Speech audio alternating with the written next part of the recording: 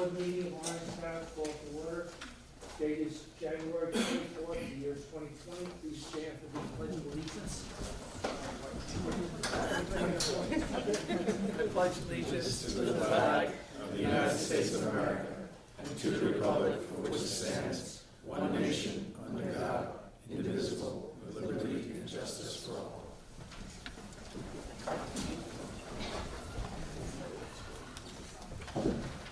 Two announcements before we start tonight's meeting. First of all, the Motto site plan, which is 284 Orangeburg Road, has been postponed. There is no date set yet. The 80 South William Street subdivision in Pearl River has been postponed. There is no date yet as to when it will be heard. The WPT acquisition subdivision and WPT acquisition site plan has been postponed to the February 28th meeting. I will hear from Emmanuel Law, PC, dated January 22nd, 2024, to the planning board regarding 13 and 21 Mountain View Avenue and 518 Route 303 site plan, WPT Acquisitions LLC. Dear members, we represent the applicant in the above matter. Last week, after a PRC meeting, January 10th, received additional comments from HARF, planning board's consultant. Upon review of these comments, it became clear that the full response will be required. Therefore, we ask that the public hearing session scheduled for January 24th be postponed to the board's February 28th, 2024 meeting, signed by Ira M. Emmanuel, Esquire. Mr. Chairman, can make it clear that those three items will not be heard? Well, those items will not be heard tonight, so we have Montauk site plan, 80 South William Street, and WP acquisitions. They will not be heard. We will not take any comments on them. So if you hear those things, please do not remain. We will not be doing anything with those. Tonight we will, the procedure, how it usually goes is we'll announce the plan or the applicant want to come up, they'll come up. We give us a brief summary of our things. We will read the comments regarding it. Board members will make comments after the comments are made by the board members. We'll have a public portion. If you want to speak at the public portion, please give us your name and your address. You have 3 minutes, no longer, to speak. If you want to just confirm exactly what the person in front of you said, give us your name, your address and everything, and just state my comments are the same as above. It goes on the record like that. Okay, then we'll have be a closing of that, and then we'll go on to whether it'll be a preliminary, a final, continuation, or postponement, whatever happens to go on that one. So, okay. Roll call. I'm Michael Mandel, I'm the vice chairman present. Mr. Andrews? Here. Mr. Fisciani? Here. Mrs. Glory? Here. Mr. Monahan? Here. Mr. Barry? Here. Mr. Bond? Here. Mr. Bond will be, Mr. Warren's absent, so Mr. Bond, the alternative member, will be participating and voting in tonight's meeting. Okay, first project is 1050 Route 9W site plan. Please step forward.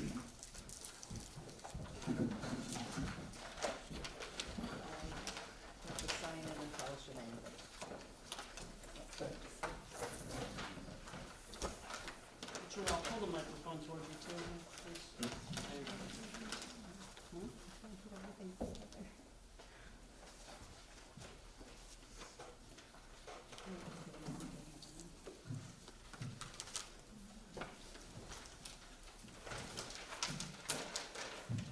It's a brief synopsis of your plan, again. Absolutely. Good evening, my name is Gerald Vaquero. I'm the civil engineer for the applicant. This is for 1050 Route 9W. This is an amendment to a preliminary final site plan. In the critical environmental area, this is a proposed single-family residence on a previously developed but demolished site. We've been in front of the board previously. We have the remaining outstanding comments primarily focus on stormwater system. Mr. Peters from DEME and Mr.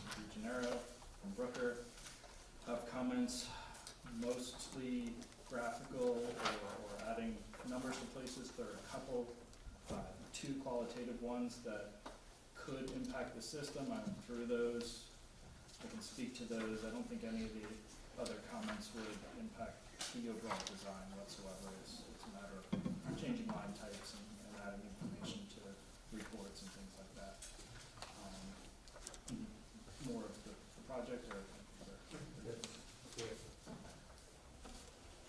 Can you read the comments? Yeah. 1050 Route 9W, DRC has no additional comments beyond the comments submitted by other agencies for this project. Office of Building, Zoning, Planning, Administration, Enforcement, January 19th, 2024, they have one comment. Department of Environmental Management and Engineering, Town of Orangetown, January 23rd, 2024, and they have 17 comments. Bureau of Fire Prevention, dated January 8th, 2024, one comment. Broker Engineering, January 21st, 2024. The application has provided additional information that demonstrates the stormwater detention system can mitigate potential significant impacts with respect to stormwater runoff. We therefore recommend that the 1050 Route 9W site plan be approved for drainage subject to the above project comments, of which there are 7. Rockland County Department of Planning, January 18th, 2024, they have 9.2 comments. Rockland County Center for Environmental Health, January 8th, 2024, 2 comments. Rockland County Department of Health, January 8th, 24, comments attached. Rockland County Planning Department, 12/14/23, comments attached. Rockland County Highway Department, 12/6/23, comments, no comments at this time. Correspondence between the applicant and the New York State Department of Transportation,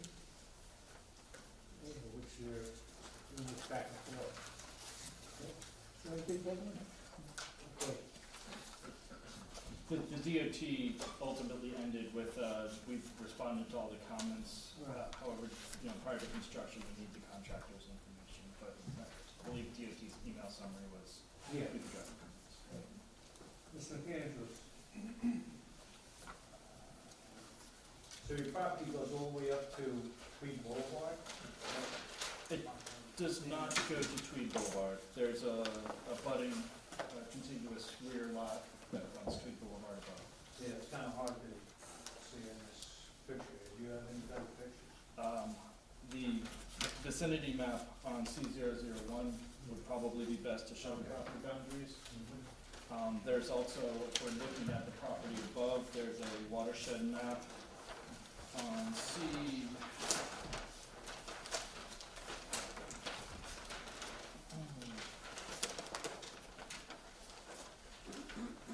100 Parkland E that actually shows the tributary area for that secondary bypass system.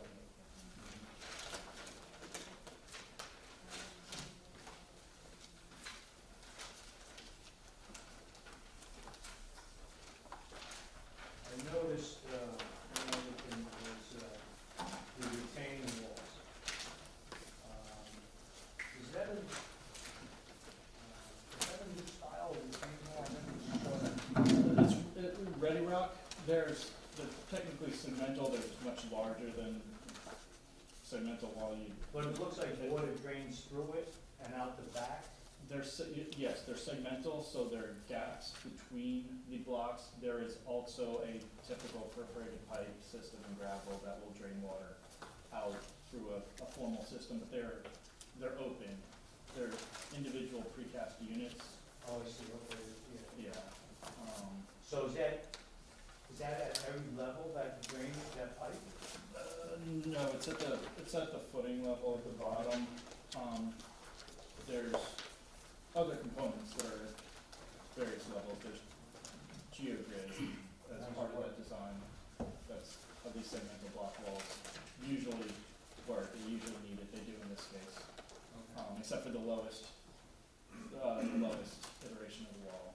But primary point, they're precast units, and there's gaps between them, the water typically comes And they're out. locked together. They're locked together, it's like these bulbous protrusions at the top. They're very similar to the,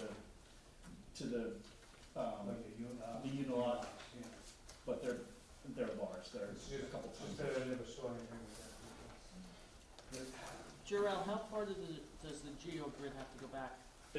Within the property line, Yeah, I'm just curious. almost to it, they're gonna have to do some supportive excavation there. You can see the dashed line in C100, 24 inches, they're 24 inches off of it with the geogrid extends. that.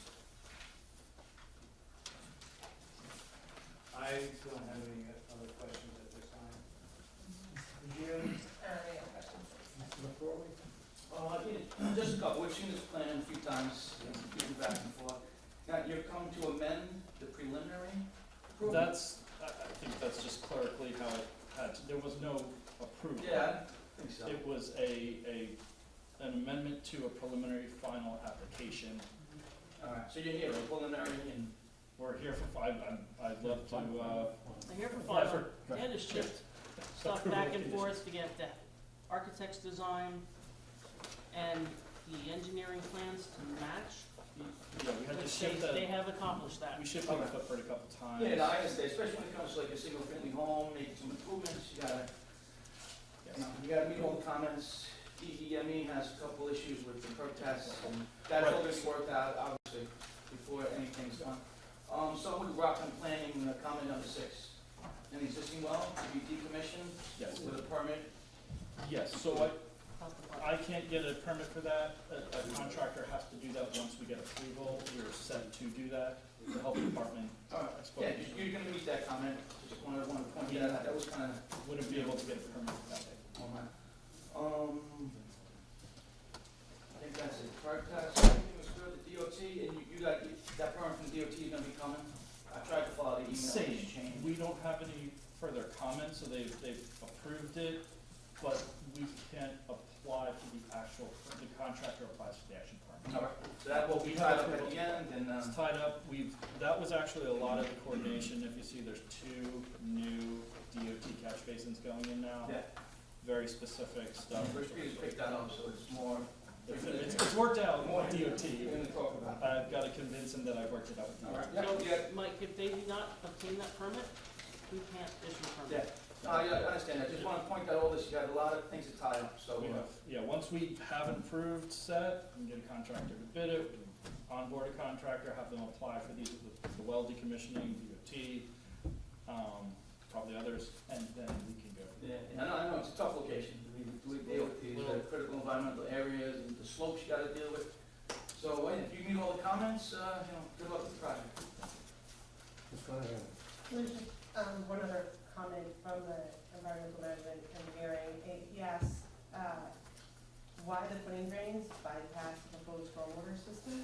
Yeah, so I will always very much try to daylight footing drains. That is what I want to do. I do not want to put them anywhere where they could ever become anything other than daylighted. Daylighted them, DOT came back to me as part of this correspondence and said, you have to put a new basin here, tie those footing drains directly into the basin instead of daylighting them, whatever I was doing, 20 feet prior to the road. They said bring it into the basin. The basin's 20 or so feet below the footing outlet, so I was okay doing with that. The stormwater system that we have, just if it were to fill up, footing drains would back up. So I would like to daylight it. DOT specifically asked me to tie it into their system. I'll try and give Bruce more of the correspondence. Okay, that was all for me. Mr. Barrett? There are a lot of comments, so Yeah, Good luck. thank you. Mr. Barrett? All the county comments are okay with all their comments, nothing that we have to override? No. No, all the comments that I need to focus on are one from Brooker, which was pertaining to the basin capacity up above, which I did not provide a calc for. I had calced it. There are 2 basins there because one works and I put a redundant one. So very confident I can address that one. The rest of them are really, again, graphical labeling pipes and labeling mooring birds and multiple. One other thing, just a reminder, an as-built is gonna be required, especially for the grade of the driveway. Yes, So my recommendation would be is that when you do your initial site layout and set the foundation, you have an as-built done right then, to confirm that all the elevations are correct. Because once you build the house, if the house is too high, you're gonna have a problem with the grading of the driveway. it's always a good idea. Right? Some people I wait till the end, I will and then make you sure. could have a big issue. I have a little bit of submittals here. I will add that one specifically, actually. Because this way you don't have a whole house built and realize that you can't make the driveway work. Same, I mean, we're very tight on the setbacks as well, so. Okay.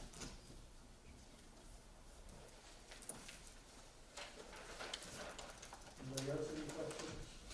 Have a motion to open to public? Ms. Monahan, second. Mr. Corey, all in favor? Aye. Would anybody from the public like to speak upon this project? Would anybody like to speak upon this project? Hearing nobody, I ask for a move. Mr. Andrews, Ms. Monahan, all in favor? Motion for lead agency. Motion for lead agency. Ms. Monahan, second by Mr. Andrews, all in favor? Aye. I have a motion for a neg deck. Ms. Monahan, do I have a second? Ms. Shiani, any, all in favor? Any opposed?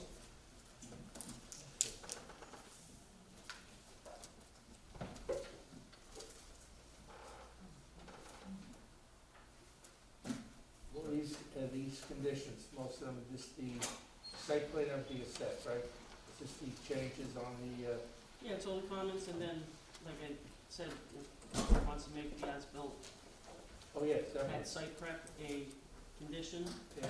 of approval, so that would be for driveway, foundation location, and foundation elevation, to confirm that all the grading works.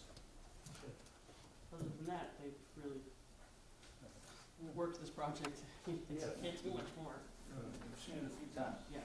I'll make that motion. A lot of conditions.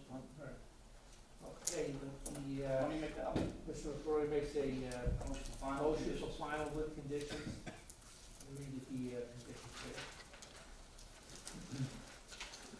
Also, building, zoning, planning, administration, and enforcement, January 19, 2024, one condition.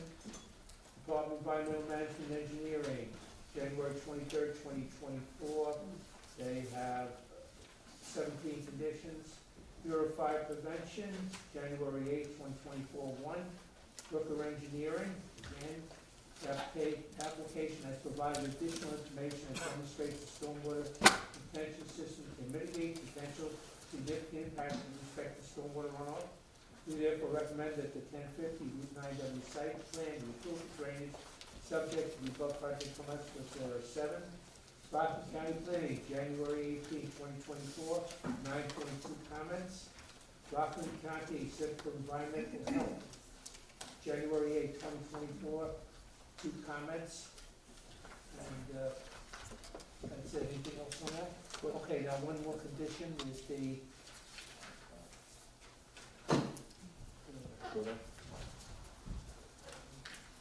okay, you have as-built. As-built site survey for Site survey. foundation, location, elevation, and driveway grading. Do I have a motion to that? Question. Environmental impact, the short EAS, 12B says project or any portion is located in an area designated for sensitive archaeological sites.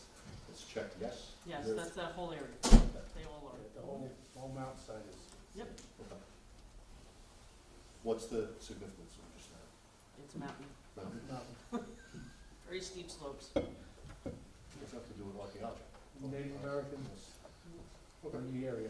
Yeah, you'll see that on almost If- all the if- projects on, If they fill that form out the easy way, it auto-populates Yeah. from the website. there is the state has a thing, Put it it's called the address in. EAF mapper, and you put in the address, and it tells you how to answer those questions, Okay. because the state has already done the review.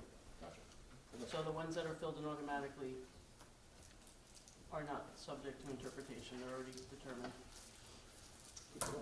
We have to vote on the condition, or we just put as part of conditions and, Let me make sure, you said as-built site survey to include foundation. Foundation location, foundation elevation, and driveway grading. Foundation, elevation, and Driveway grading.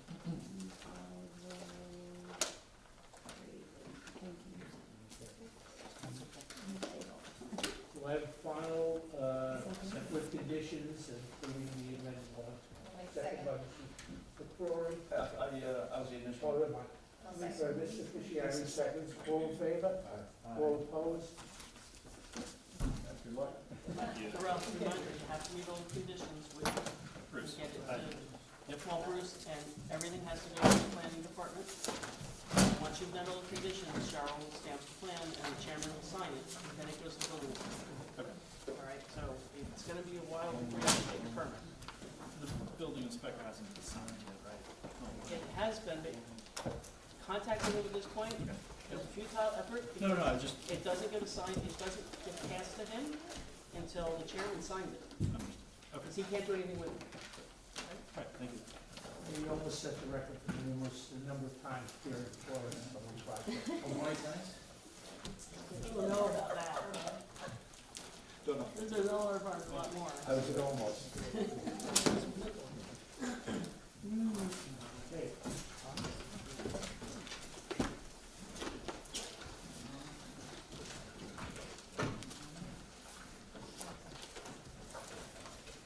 The next project on the agenda tonight is Onyx, Equity Subdivision Plan, 64-140 Legal Road, and the Onyx Equity Site Plan and location.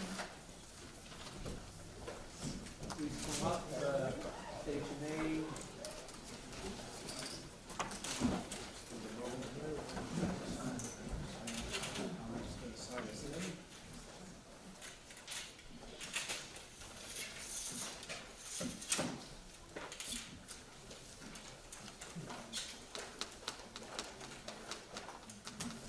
You can run these,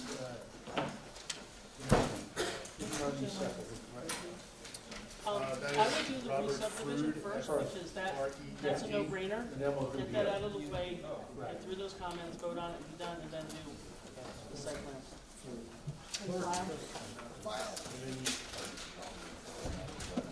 This is gonna look familiar to some of you.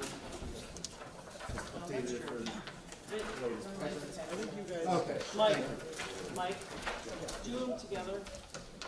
You'll have to vote separately at the end. Go through them both together, and then open the public comment. Okay. Thank you, Bruce. And you need this, right? Yeah, David? Thank you. Okay.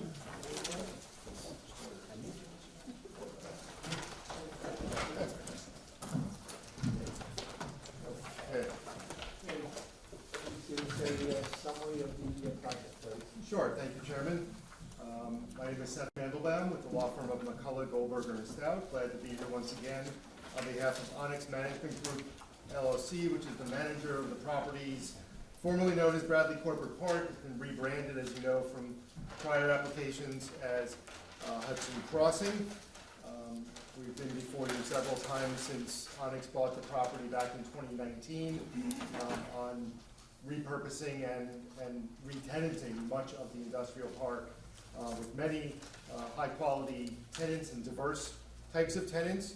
You may remember that April of 2023, this board approved a electric vehicle sales, distribution, and service center at 800 Bradley Hill Road, which is just down the hill from the subject site. And that is under construction, should be open this spring for customers who order their Rivian vehicles online to come pick up their new vehicles. So this application is at 64-140 Lieber Road. You can see on the board there the overall Hudson Crossing Industrial Park in the shaded color. You can see 800 Bradley Hill on the right, and then 64 and 140 Lieber on the left. This is Rob Frood from Dynamic Engineering, he's the civil engineer on the project. Also with us tonight are Paula Pangelinin, who's with Onyx, the VP of Construction Management, Corey Chase and Zach Hammond from Dynamic, James Perry, Senior Manager of Building Infrastructure and Design at Rivian, and Sylvia Brandy, Lead Real Estate at Rivian. You may remember James from last year when Dave Majewski raised some questions and concerns about the Rivian electric vehicles. James addressed those issues to Mr. Majewski and the board's satisfaction. And because he loves flying from California to New York, he is here again this evening to answer any questions that the board or the public might have. We were before the PRC a couple weeks ago, and they had some comments. We have received all the comment memos, and we've given you some materials here, including the overall aerial that's up on the board. Just before I hand it over to Rob, just to explain why there are two applications. The re-subdivision is really a lot merger to combine the two lots. Lot 140 is actually zoned residential, and 64 Lieber is zoned LO, laboratory office. The proposal is to merge the lots, which allows for greater area, greater buffers.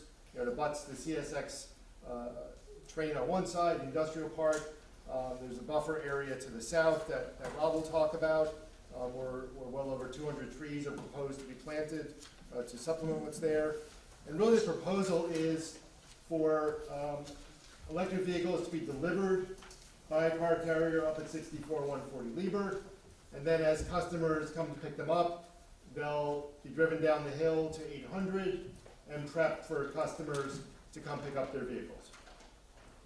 And the service center will also be for people, as you may remember from last year, who have Rivian vehicles to come have their vehicles serviced as well. So have a dual function. There are no charging stations proposed up on the hill at 64 140. Those are all down at 800. Nor are any trucks proposed to be stored, trailers to be stored. I apologize, there was a typo in my memo in support, which of course Jane caught. And to clarify, this is not a retail car dealership. It is not. The business model is that you go on the website, you build your vehicle, and you come pick it up when you get an email saying it's ready.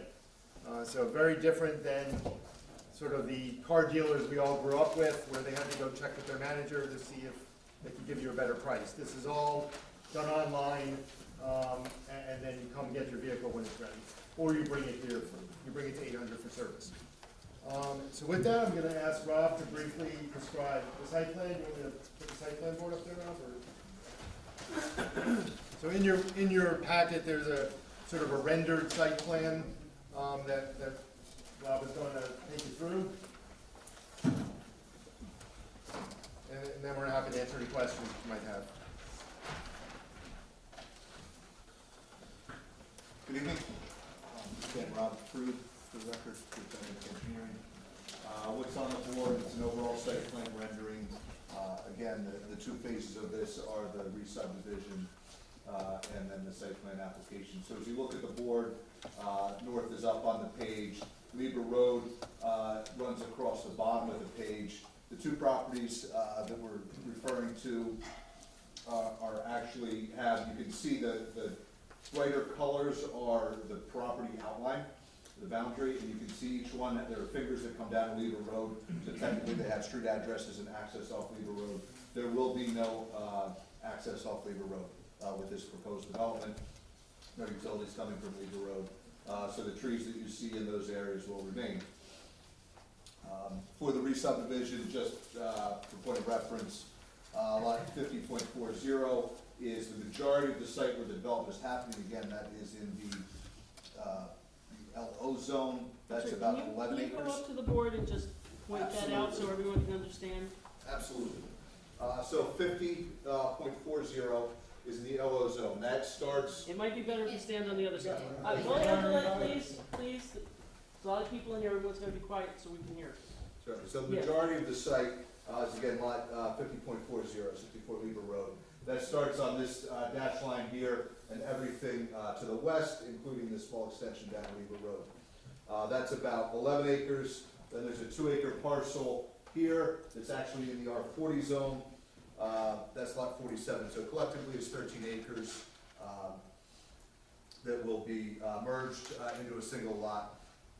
Because of the zoning that's in place, again, the majority of the site is in the yellow zone, because the R40 zone wraps around and it encompasses lot 47, we have no proposed development on that lot. We're gonna leave that in its natural state.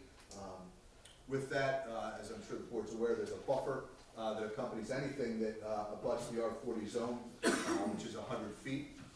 In this case, the zone line actually does not follow the rear property line. It's about 35 feet north of that property line.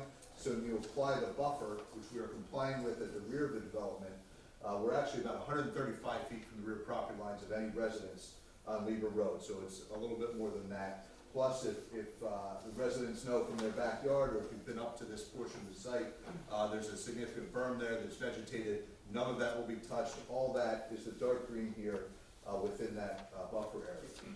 When you come around to the side piece, which is under common ownership, but it is in the R40 zone, that area again will not be touched. But because the buffer comes from the zone line, we are going to be approaching the zoning board of appeals for relief from buffer setback here. We're not doing any work in the R40 zone, but we are going to be within that buffer area. That's a little bit of the lay of the land. I'll go through some of the topography, which I think is important for this as well, but just to give everybody some reference to, again, what is proposed. This is a lot that will have a total of 643 parking spaces, all for typical passenger-sized vehicles.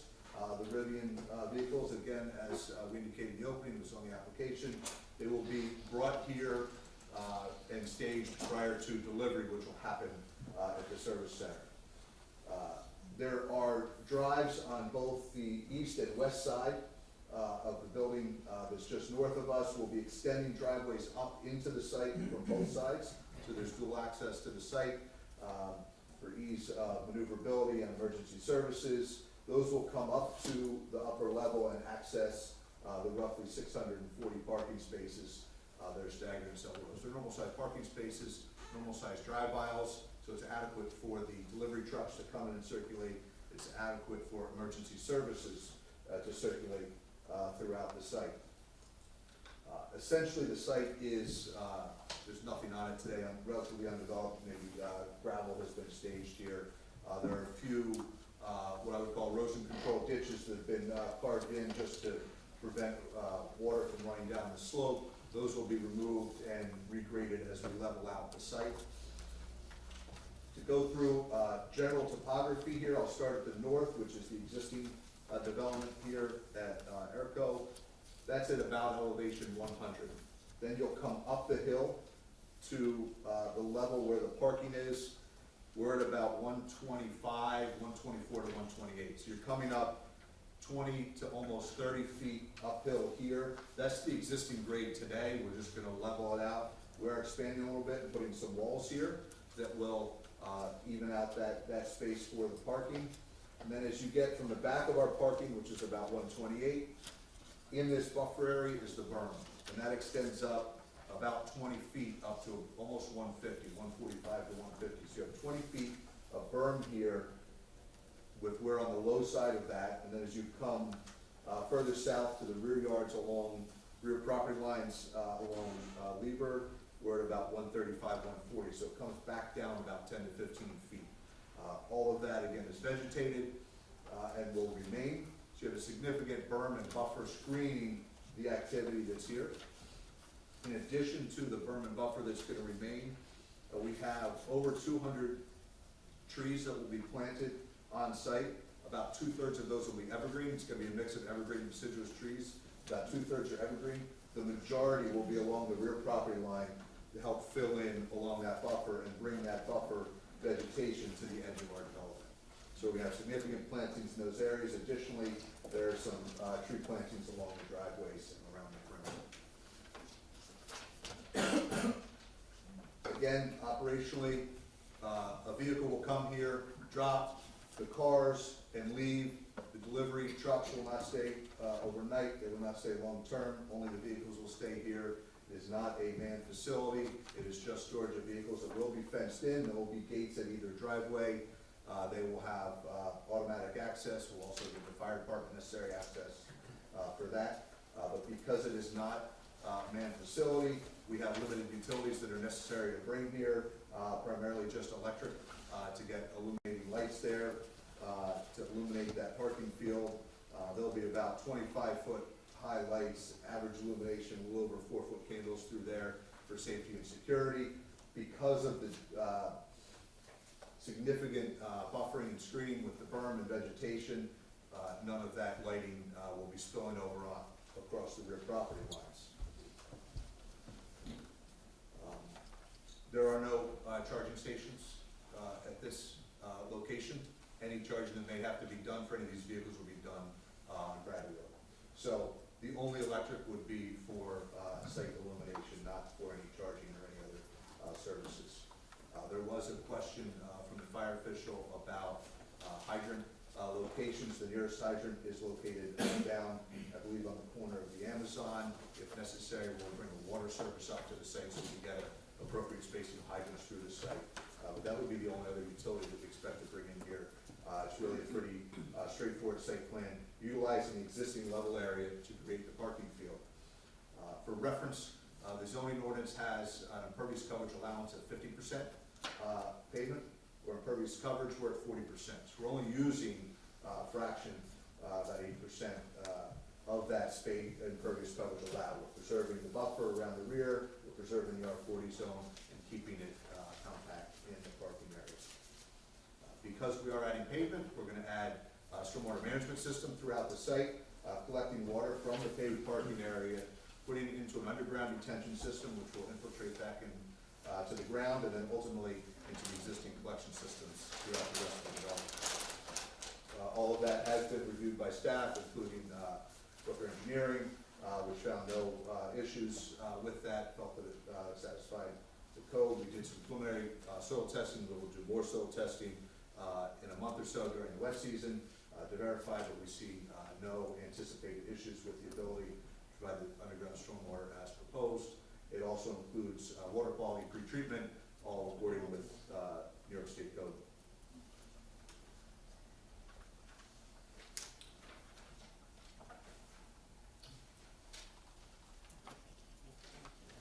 I think that covers it on a very high level of what we're proposing here. Just to summarize the three variances that we will ultimately be seeking would be the frontage on Weaver Road. The existing frontage is less than is contemplated by the ordinance. The proximity of the parking to the primary use, it's a little over 1,000 feet from the principal use. And again, the buffer to the side yard, while we're not developing in the R40 zone, which is commonly owned, we are within the setback of the zone line. So There that's is a one summary. additional variance, the location, the ownership of the parking lot. Right, 1,000 feet, Mm-hmm. yeah. Yes. Yes. The frontage, I don't think was flagged. No. I don't know that we are volunteering to get another variance, but, Oh, It's we an know, but existing it's an condition, so I'll existing defer condition. to Yeah, this board if it. it's an existing so site, it wasn't flagged in your memo. it's an existing site, so they might just reaffirm that variance. Okay. Okay, thanks, Rob. And that's a pretty high level review. Any questions, I'm happy to answer.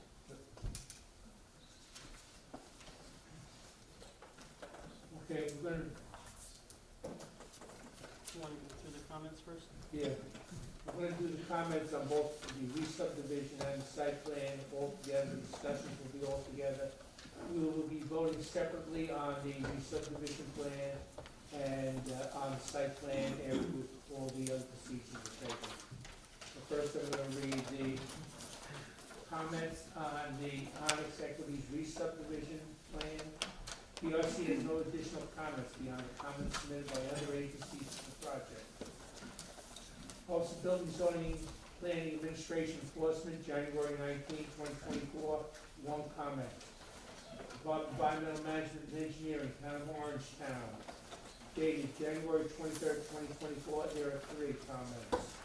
Brooker Engineering, January 22nd, 2024.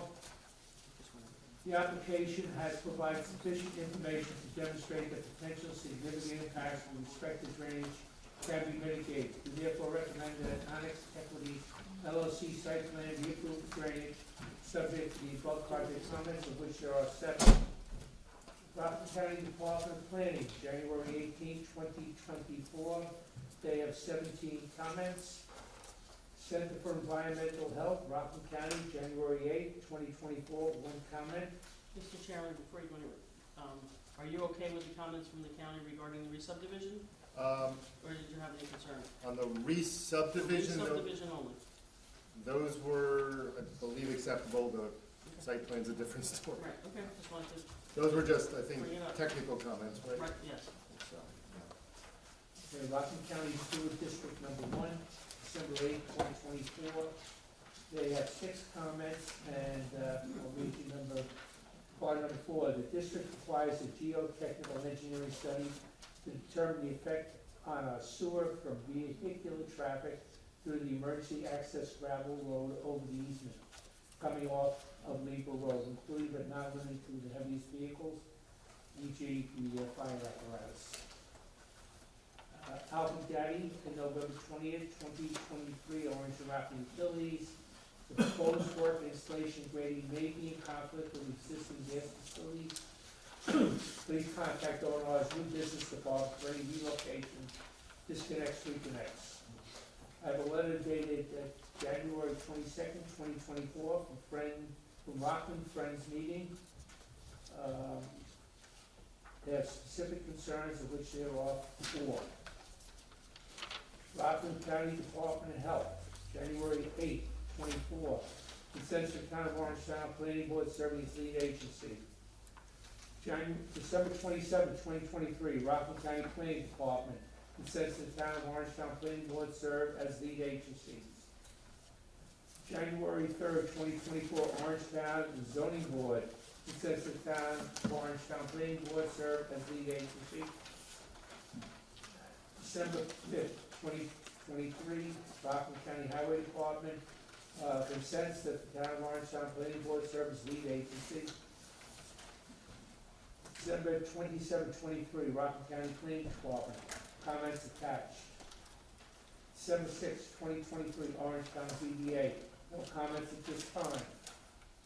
December 5th, 2023, Rockland County Highway Department, no comments at this time. Rockland County Health Department, January 8, 24, comments attached. I think that's all, Tim? Okay, so comments and conditions as per the subdivision plan. And I'll read the,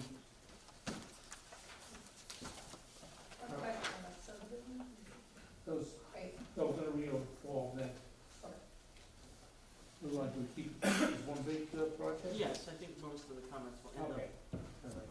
Then we'll start out with subdivision. Onyx Equity Site Plan. PSC has no additional comments beyond the comments submitted by other agencies to the project. Office of Building, Zoning, Planning, Administration Enforcement, January 19, 2024. There are 6 comments.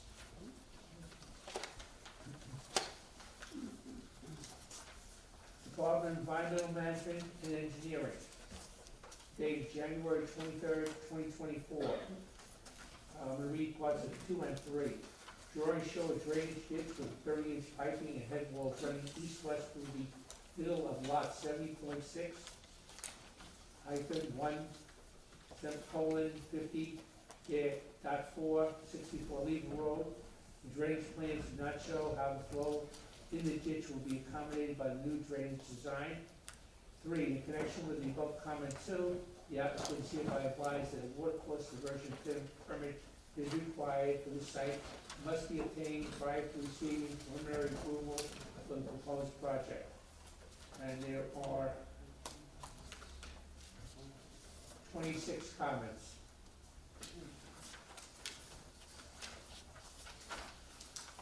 Bureau of Fire Prevention, January 9, 2024, there are 3 comments.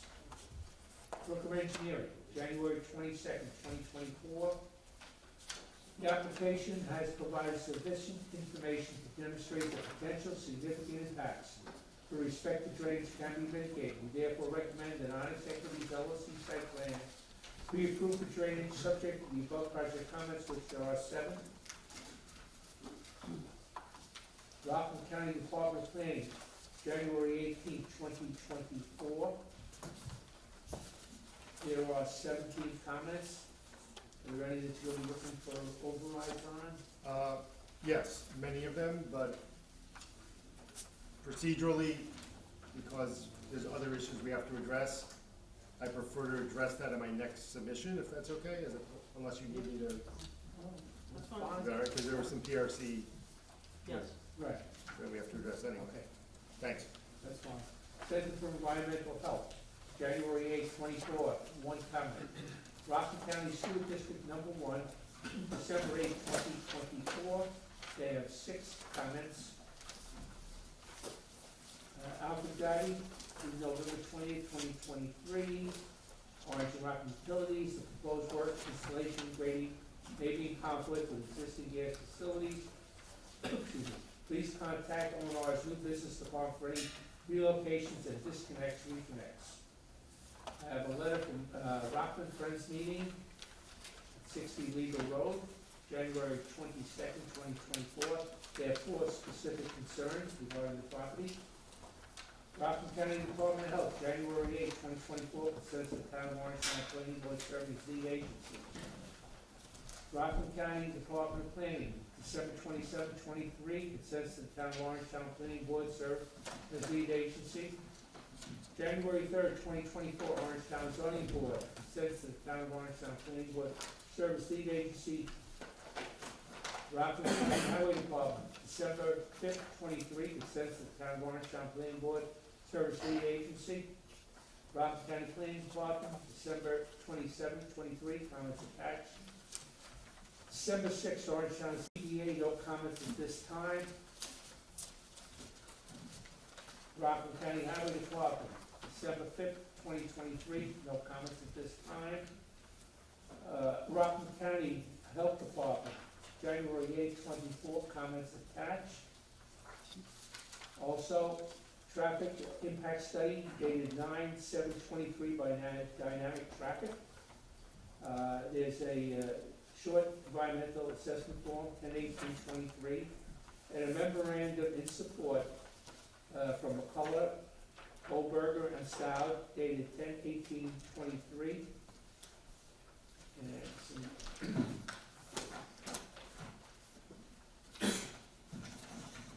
from the traffic study, the conclusions. Based upon our traffic impact study as detailed in the body of this report, it is the professional opinion of Dynamic Traffic LLC that the adjacent street system of the town of Orangetown, Rockland County, and New York State DOT will not experience any significant degradation in operating conditions for the construction of the project. The site driveways are located to provide safe and efficient access to the adjacent road system.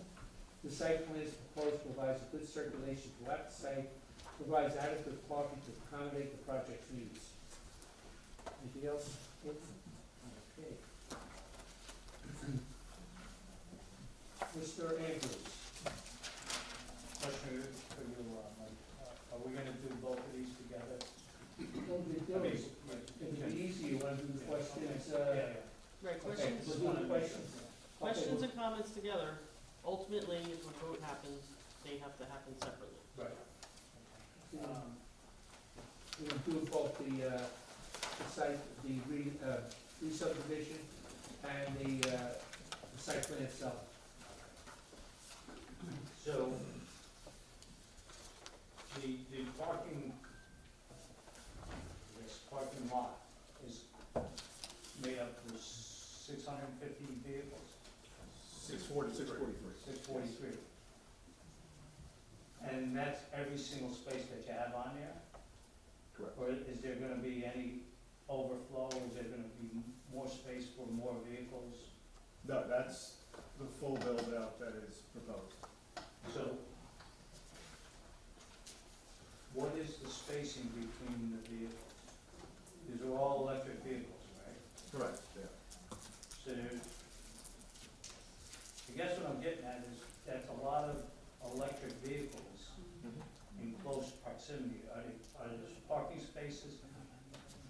size as any parking space? There's standard, right, Rob? It is, yeah, so they're standard spaces. We haven't created, so sometimes you have a valet type space, a smaller space. These are standard 9-foot wide spaces. This is not a more typical gasoline car, storage lot that you might see, or a valet where they just stack them with no space. These are 9 by 18, right? Yes. I will say that, Mr. Majewski had a comment asking whether we could add some breaks and divide each row into, say, thirds. That is something that, Rob's office is taking a look at. And actually, in your packet, there's sort of a concept drawing.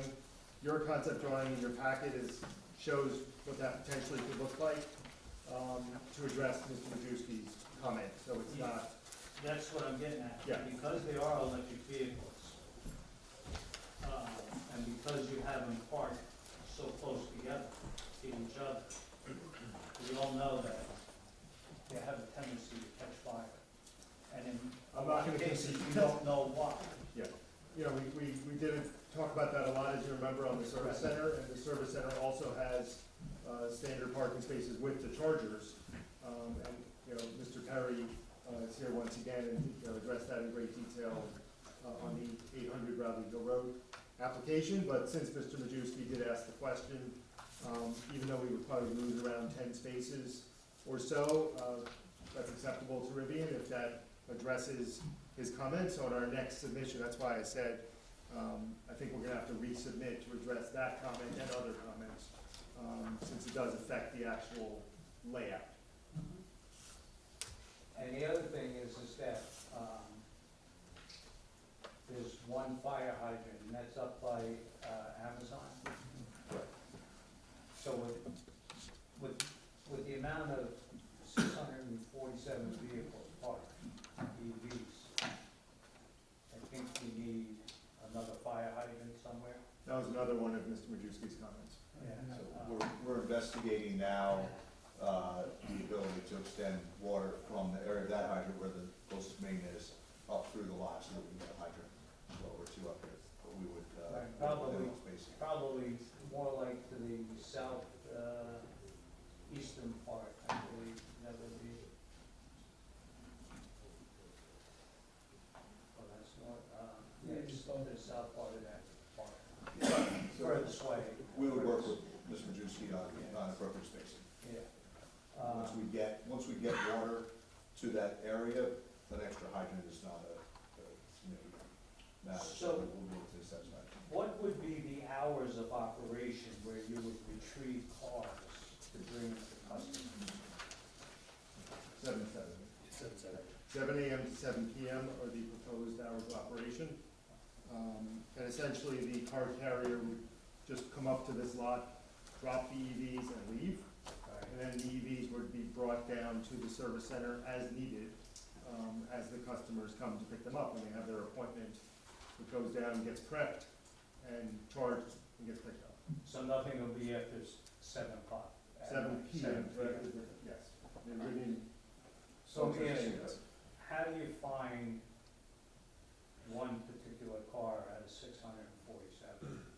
That I'm gonna let James or Sophia address. James, wanna come up, please? You need to come up if you're gonna speak and introduce yourself, please. Yes. Thank you. Hi, what's your name, sir? James Perry, P-E-R-R-Y.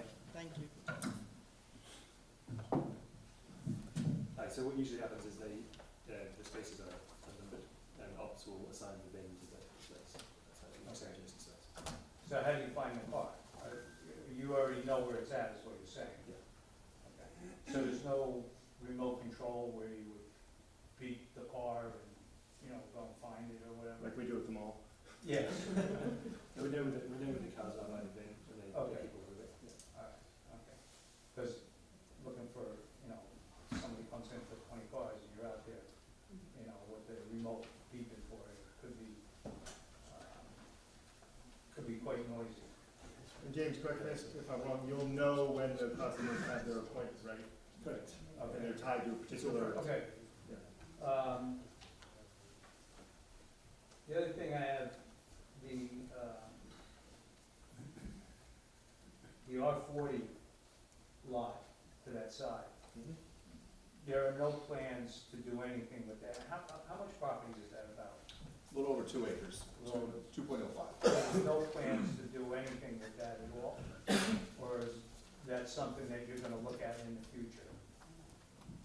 Our understanding from Onyx, there's no plans, right, Paul? Paul from Onyx, there's no plans that would be left as buffer. Part of the intent of the re-subdivision to make it part of this application so that it would be bound to the approvals that come with this lot. Be nice to put some trees in there. It looks like it's open. Take a look at that. Yeah. And, Your, the landscape, so I'm looking at the landscape plan, the amount of trees that you have and the types of trees that you have look pretty good. I asked, and I asked this, the last meeting, somebody else, that you would, not group the trees, like all cypresses and groups of 5, sprinkle in, different types of trees and stuff like that. This'll give it a little bit more, forest-like, looking, as opposed to all the same kind of tree in one group, That's the intention. I'll work with the landscape architect to make sure that it's. Okay. And all of the landscape will be on top of that berm? Not on top, it's actually in front. So if you look at the, In front, Exhibit. on which side? well, it's on our side, on the Oh, okay. development side. So the dark green here, Right, that's all the existing vegetation that's on the berm. okay. So we're not gonna cut or clear any of that, but there's a space between the toe of the berm and the end of the vegetation and our curb line, and that's what we're filling in here. On the north side of the berm. So On the then, north side of the berm, but right? all of that vegetation that's kind of on top of the berm, that looks to me like it's all deciduous trees that lose their leaves in the wintertime. So it's kind of wide open to the people on Weaver Road. You might want to think of putting some kind of evergreens or something in there. So about 2/3, and this is intermixed, about 2/3 of what we're putting here are evergreens. So it's a mix through, majority is evergreens. Okay, what I'm saying is maybe you want to add some more on top of the berm, give them more of a, deflection of the parking lot itself. Even though I know it's pretty high, 15 feet high, but it does slope down on both ends, so. It's a great point. I think we can work in the field to kind of find where this, instead of doing it in a row across this, we can look for the spots to push it up in. We don't want to put it too close to existing trees, but we can, in the field, kind of situate it in the right pockets to fill in the Yeah, gaps. I'd like to see that, because they are mostly deciduous and lose their leaves and stuff like that. Give them a little bit more privacy. I'm sorry, in the beginning, didn't you say the existing berm is 25 feet or so higher than the parking lot? Yeah. Right? Okay. On our side, yeah. The rear of the Lever Road properties it's about 10 to 15 feet, I would say, and then it drops a little bit further down into our site. So, to the point of visibility, any of the vehicles, including the car carrier, when it is occasionally here during the day, but any of the vehicles will be below the height of the berm from the rear yards, regardless of any vegetation. So vegetation just assists with that screening and shielding. Understood. I still think something. I agree. Okay, take a look at that. That's all I have right now. I'll wait till the public speaks. Right, so I have a question, so, with the subdivision thing, if they're combining an LO with the R40, what does that lot then become? How is it zoned? Does it stay It two stays, separate? the zoning stays what it is, Okay, but they can still join a lot. We have many lots in the town that are split zoned. okay. So it'll And still that is stay- why they can't do this in the section of the lot that will be R40. Right. Can only be in the commercial zone. And we could have, in theory, asked the town board to rezone the whole thing LO, but we chose not to do that. which would be their discretion anyway, but rather use that area as buffer and just not propose anything on the R40 part of the lot.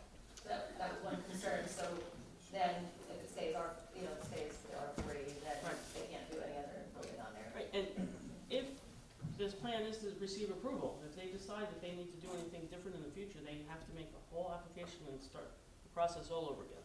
They can't just go and expand the parking lot or anything like that, they'd have to appear back before this board. That was one question. So, some other concerns about the lighting and how that might impact the residential houses that are there. What type of lighting, how many lights, where are they going to be? Are they going to be directed towards the houses? So all the lights will be LED, so they're energy efficient, all downward focused, no floodlights or anything like that. Everything's gonna go straight down so that you won't see the housings. And again, from an elevation perspective, even the rear of this, everything here slopes gradually, a gentle slope there over the course of about 4 feet from both south to north. But all of that is about 20 feet below the top of the berm. The lights are 25 feet tall, so they're just gonna tip over the top of the berm barely. In the closest scenario, as you get to the bottom, you won't see them over the berm. They'll be below the berm. But again, they're all downward focused, and all of the light spill will be contained within the development area. You mentioned earlier that there's gonna be no access from either road, so that's correct? That's correct, yeah. So the vehicles will have to go Bradley Parkway or Bradley, how do they get to that lot? Bradley,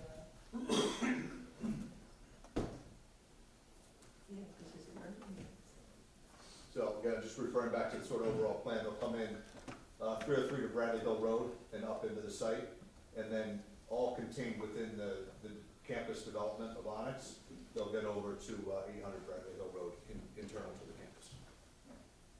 Basically, we go past the Amazon buildings and go to the left. Exactly. so there won't be anything coming in now on Weaver Road? Absolutely not. Clarify that, Correct. okay. Also, concerned about noise, 7 AM is early, 7 PM is late. How much noise do you anticipate that the neighbors are gonna be able to hear on the parking lot? The good thing is the engines don't make noise, right? Electric vehicles. The car carrier, let you speak to, frequency of car carriers, but that's gonna be relatively limited. Yeah, there'll be 2 to 3 car carriers arriving a day. 2 to 3? Yeah. And they'll typically arrive earlier in the day, but it's very low frequency. I don't know about decibel levels, I'm afraid.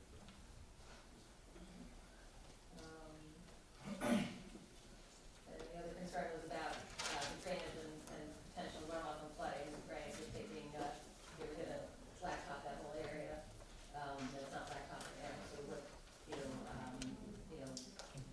need to, make sure that drainage gets through and because it impacts any of the. Environmental management around it. had a few comments. Yeah, so that has to be, The engineers are working, responding. right now, I don't have any other questions until we hear from the public. Thank you. Thank you, Mike. I know we worked with you guys before in Amazon, and you've been receptive to our comments and the neighbors' comments, and hopefully that continues, to make this Yes. a good project. Because especially with this area, he says like a campus-like environment, so anything that happens inside it, doesn't affect the public too much, maybe some traffic. But once you get out to the periphery, now you're kind of impacted, and when you're up against an R40 zoning, with concerns from the neighbors, that we gotta take a real good look at this. Understood. The landscaping, I saw your lighting plan, you had 0 at the property line. Landscape, I agree with Andy, more screening, more trees always help. The initial view is like, looking at your complex, like, this has to be the worst place to put the parking lot, right? Right against the neighbors, because you look at that huge paved area that is north of Amazon. And that big parking lot they have, and that was considered to be used for this. It's already leased to Amazon, correct? Going away from this area, there's that big parking lot, that's part of Amazon's lease, right? I can double check that, maybe that's my recollection. I understand, it's pretty much an empty parking lot. So you look at that, and like, why wouldn't that be something that could be used? It's already paid, the impact should be less, instead of, you know, going towards the neighbor's side of this whole complex, and that's why there's, We'll double check that, but my So I believe recollection is Correct, that that was all part of the Amazon. it's part of the when they Amazon came through. lease, yeah. Yeah, that's I'm all. just saying, are they using every spot there? Is there options to, you know, use that as? We can look into it. Yeah, no, that's I'm what not we sure. ask, it's, to the impact of paving over in 643 spots, that could be mitigated by using an already paved area, it just seems to make sense to me. Okay. And, you know, you have the setbacks, and I know when we dealt with Amazon, there was you did some plantings and some fence lines there. I'd like to hear from neighbors if that has been effective, you know, like, it's all well and good, but was it actually put in, was it actually done? Oh, yeah. Well, Oh, yeah. I don't live over there, so I don't And want. they grow fast. Yeah, good. It's been a couple of years now, and it's really filled in. So there'd be I some went over there positive, and drove good. around. So there'll be some positive feedback to that name. The time, 7 AM to 7 PM, the trucks entering and leaving, are they abiding by those work hour times, or they come in the middle of the night because it's easier with traffic? Are the trucks gonna abide by the 7 AM to 7 PM? Yes. Follow, Make follow that, the local, that'll be part of any, That's actually our town code, they yeah, have to. they have to follow. 2 to 3 car carriers a day, is that what you said? So we have an average of 5 customer deliveries a day. You can peak up to 20, so it'll be between 1 and 3 car carriers a day, sometimes more. Now, are all these spots gonna be taken? Yeah. They'll gradually build up. The gradually build up, so these car carriers will keep coming and fill these spots? Yeah, they'll look at the deliveries for the week, and they'll come and Do you deliver. move that many cars? Is the business thriving in the electrical vehicle? I'm getting mixed reports lately. The pace is slowing down, but it's Slowing still, down? selling a lot. All right, it seems like a big overhaul, we have 640 spots and 2-3 carriers a day coming in. Sounds like a road robust, Well, It'll- to Mr. Andrews' question though, you know, rather than come in for 100, then come back 6 months from now and ask for another 100, the idea is to give you sort of a master plan of what the growth they anticipate over the the next few years. max, probably. Exactly. Lot. Exactly. All right, so we talked, a couple interesting things on DEME. Yes, One thing that sticks out is the water course diversion permit. that stuck out to me as well. I was going to wait for the appropriate moment to discuss that, but All right. now is then, I can do it now, or I can wait till, Maybe if I can interject, because I know from past experience, and we have to follow what the town board wants. And I think that Bruce is right, in the past, we have done it, that we sent it to the town board, but the last time we did that, or maybe 3 times ago we did that, the town board said, we will not consider this unless this board gives preliminary. And the town board controls, so that is the way it's gonna have to be. To send it up to the town board, this board will have to give preliminary first. and perhaps, Mr. Picola, we could speak offline, because I'm not, my reading of chapter 41 Yeah, only that's, applies to streams and water courses. any flow of water. So a water course is a water course. So I spoke with Bruce about this today. Okay, He's not yielding. So okay, it's going. I'm just to- reading the words of the code. It's gonna go to the town board. So if it's that simple, then maybe the town board will agree with you and your water course diversion won't be an issue, but Can I ask Mr. Fruit to just give a little more background, take 30 seconds, just on this drainage ditch? 'Cause I think it's relevant. Just to help put this board in this room at ease as to what's happening here. I loosely mentioned it in my initial description of the property, but as you can, if you're looking at the aerial here, and you see 64-140 Lever Road, there's a sort of dirt trail that runs through the middle of the space here. On one side of that, I'm gonna call it erosion control channel that was sort of carved in. And again, I was not there at the time of construction, I'm just kind of, right. Yes. I can give you some back history on that. yeah. Unfortunately, no one was there. Okay, this site, a lot of stuff was done. It was a very large lawsuit. So there is no history that we can find on it. Right. However, it shows up that it's been there a very long time. So in that case, our town engineer has made the determination, it's a water course diversion. So You won't go anywhere with this board if you're gonna try to say you're not gonna go to the town board, that's kind of what I'm getting at. No, So- I'm not Yeah, saying that, I yeah. just, I'm not trying to argue that, I just wanna give some context so that this board, when they review the plans, can hopefully have some confidence that that permit is approvable by the town board. And it is not a stream, it's not a significant water course, while I understand it meets the definition, it is, in my opinion, nothing more than a erosion diversion channel to keep water from flowing down the hill. I said there's about a 20-foot hill that goes down towards the north here, so in my opinion, it's really just an erosion diversion. It's not a significant water And the course. proposed And the condition, Rob? proposed, it doesn't even need to be, in my opinion, diverted, because with the redevelopment of this site, or the development of this site, we'll have full stormwater controls here, collection and conveyance systems. Now, having said that, Anytime hear you you. change the natural flow of Understand. water, it's a diversion. but just to be clear, based on what the town board has told you, it sounds like that would be, the only thing that's not accurate in the memo is that it would not be prior to preliminary, it'd be after preliminary, just like when we go to the zoning board or ACABOR or any other Correct. approval. Yes, that is the determination the Okay. town board made, like Rick had mentioned, a number of applications ago for similar I'll situations. take half the victory. That's, because that was concerning, obviously, that had to be prior to preliminary. It didn't quite make sense with the way the board always does everything with the zoning board and other boards. Thank you. Thanks, Rob. All right, let me just continue with a couple of comments. To make that comment read even stranger, I guess, is they say this is because the design and construction of the proposed warehouse is directly dependent on the proposed water course diversion. You see that sentence? Just like my memo had a typo that said we were So storing this is, trailers, Bruce Peters made a typo. we all cut and paste. I don't hold it against So them. that comment three is pretty concerning to me.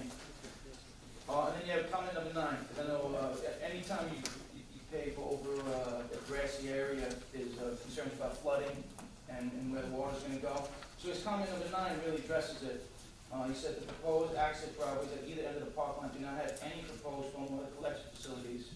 This is not acceptable, as both driveways have curbing and will be channeling all stormwater runoff that falls on them directly into the property. So he's not happy with what you have in regards to the runoff going towards the neighbor's property. And that's a big concern for me, and I share his comment that has to be, that's not acceptable, right? It's gotta be redesigned. We see no issue with addressing that, and to be clear, the neighbor's property is the Onyx development, it's not neighbors on Lever Road. But we understand the comment, and it can be addressed, All right. and we don't see a problem. And interestingly, Brooker found the drainage acceptable. That's The same that's documents, the, but as Rob said, the yin and yang. we'll address That's all I got, Tom. I'll have them all later, thank you. it. Thank you. So one question, there seems to be some easements underneath, the sewer easements. Sewer, Are those yes. active sewer lines down there, or are they just potential use in the future, or do you know? There is, to my knowledge, a sewer there, and there were the comments from the sewer County. authority. And reading through the comments, we don't expect that any of our construction will have negative impact. Anything we're doing underground, like stormwater management, even footings for light fixtures are outside of that easement area. So the one thing they requested and will comply with is to have a geotech report that ensures that once we pave over, that it will structurally be sound enough to support the vehicles over On time. the gas easement. And then the gas easement, that's on the far west side of the property, hugging the west property line. So while it exists on the property, it comes from Lever Road along the west side of the property and up into the development. We have no improvements over that gas line. Gas, we're usually very careful to not interfere with. While you're up, can you show me where like retaining walls and stuff are gonna go? Yeah. Two primary locations for retaining walls. We have some lower retaining walls at the south end of the parking, just to, as we get in towards that berm area, and then primarily retaining walls along the north end to hold up. As I mentioned, today it sits about 20 feet higher and it slopes down. We're going to level that out so that it's more suitable for cars and for the wall end of it.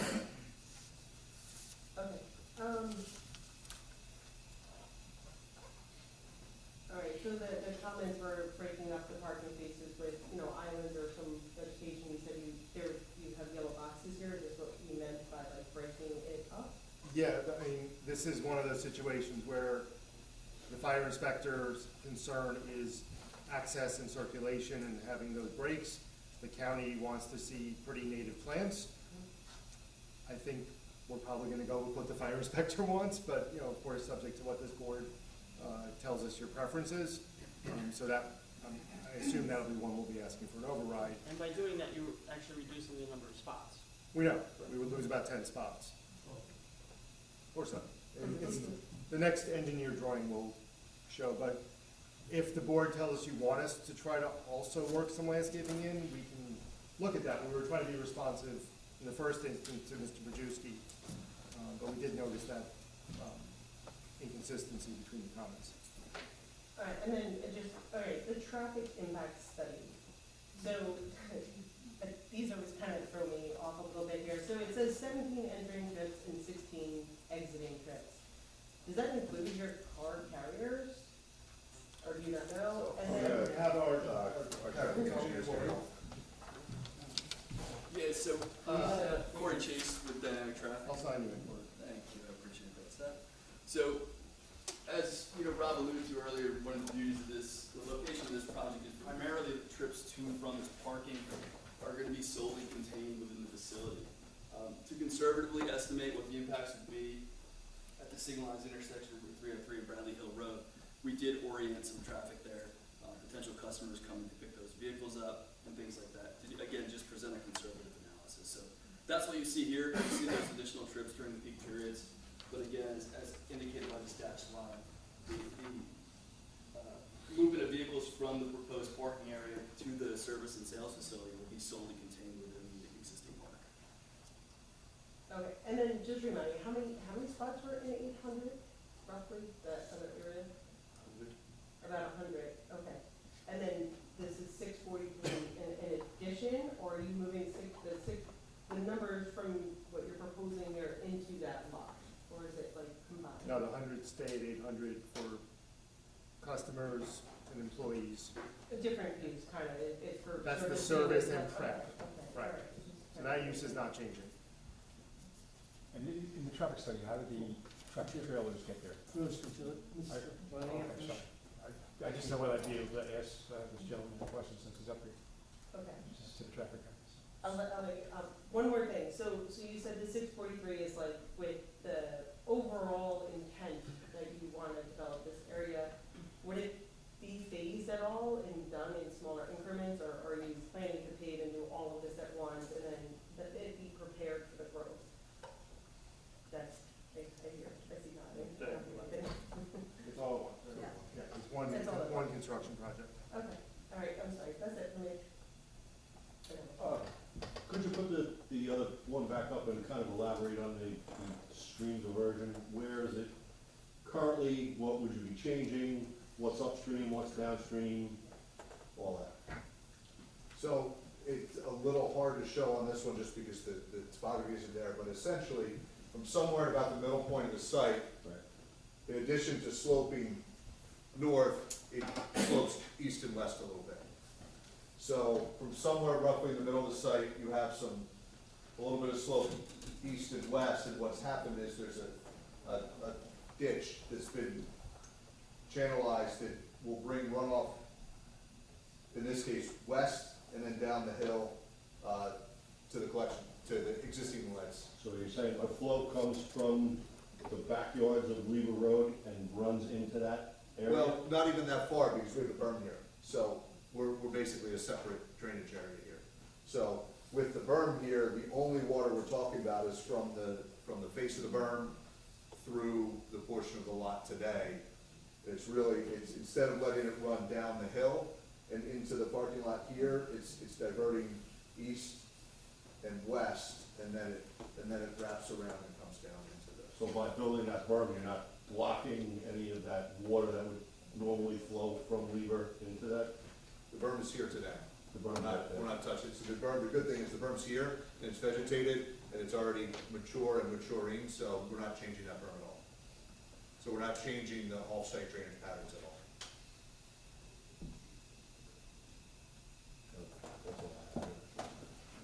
So the tractor trailers, when they come through and enter off 303, how are they getting to 303? They're coming down the thruway and then getting on Route 303, or coming down Route 59 and getting on 303, or are they Yeah, it's taking our assumption shortcuts they're gonna come on down. roads they're not really supposed to be on? No, it's our intention that they're gonna come down the freeway Route 303. James, unless you have any other information as to, you know, where the port terminal is. All right, thanks. Yeah, I have another question. So the houses right now, we'll be able to see that parking lot from their house? Or, From the backyard, I did not look at where, second floors exist and things like that, in the back window, but from the backyard, their backyards generally sit 10 to 15 feet below the top of the berm, and then we're below that, so they'd be looking from the backyard over the berm, not seeing the pavement and not seeing the vehicles. not seeing paper on the vehicle. What about from, the Sargent, the other one,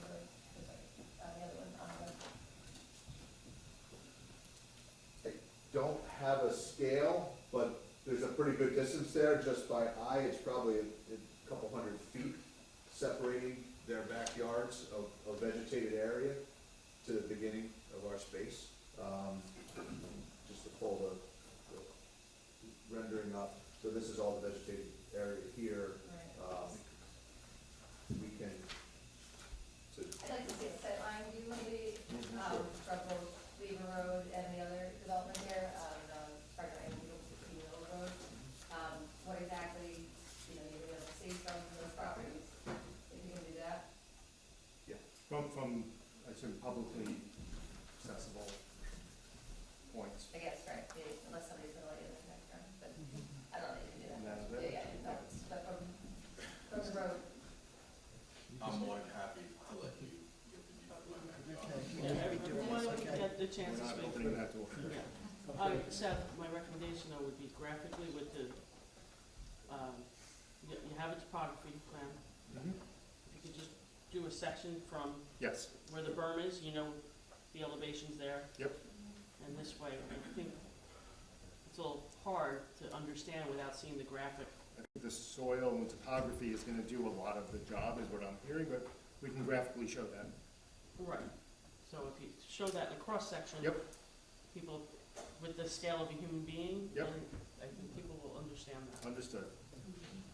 Yeah, the berm for the most part, except for one section where I think it's closer to the 160, Lever Road is pretty much solid all the way across.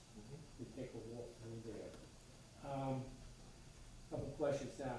The vehicles, when you move them, from the prep, from the parking lot to the prep facility, they're gonna be driven over? Had a question to follow up on that. It's extremely cold, okay? Similar to Chicago and other circumstances. Will the vehicle be charged or towed to the prep facility? Can you answer that? I'd have to check with Ops on that one, but I imagine they're in charge of it, they carry portable charges. Portable charges? They don't use them unless they are completely dead. Are those portable chargers similar to the ones that you can buy in Lewis to? Similar, yeah, and similar in function, Now, DEME one, talks about your detention system, you're putting in a subsurface system, which he finds not acceptable, it says due to the amount of range you have, he wants an above-ground detention system. Have you talked to Mr. Peters yet about this? Engineer? We haven't had a chance to talk specifically about that. Respectfully, we disagree. As we read the state guidance, it offers multiple methods of managing stormwater and water quality. Underground detention and infiltration is one of them. And it does not necessarily provide a hierarchy. There are certain green infrastructure practices that we follow, but it does not necessarily put above ground or underground in a certain hierarchy, in our opinion. But with respect to this site, we're at 40 of the 50% allowed coverage. That's after adding the adjacent lot. We're not developing the R40 zone. We're not developing anything in the buffer. So while it appears that there's, by numbers, space to add and modify the site to add above ground detention because of the existing berm, because of the slopes, because of the buffering that's there. We feel that this is the most appropriate stormwater design. According to Mr. Peters, his thing is, you have ample, area above, on site, the above ground is the one, he says that's according to the current regulations, so we'd have to sit down and discuss that. with We him. absolutely, the letter came in, I think, late Friday. We didn't get a chance to review it with him. Okay. But again, ample room, majority of that, if you look at the graphics here, majority of that is vegetative buffer to the residents. That's, We wouldn't want to cut down trees to put in above, well, above ground. this is something to discuss with Mr. Peters, Yep. so. Now, the days of operation, is that 7 days a week, or 5 or 6 days? You know? Again, I'd have to check with Ops, but I believe it's 5 days a week. The service center is 7, right?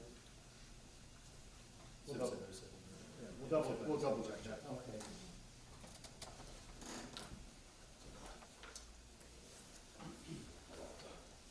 You stated before, you're not, installing any EV charging stations, on that lot? No. Nor do you have plans in the future at this time? Nope. We'll make that a definitely be conditions for things. Now, the hydrant, the nearest hydrant is at Amazon. Okay, that's way, way, way too far. So you at least 1 to 2 hydrants have to be installed in that sector. Because if you look, if you talk to the fire inspector, if you put one in at one location, because forget about the one up at Amazon, it's too far. Past what the truck can drop as far as hoses. Yep, we agree with that.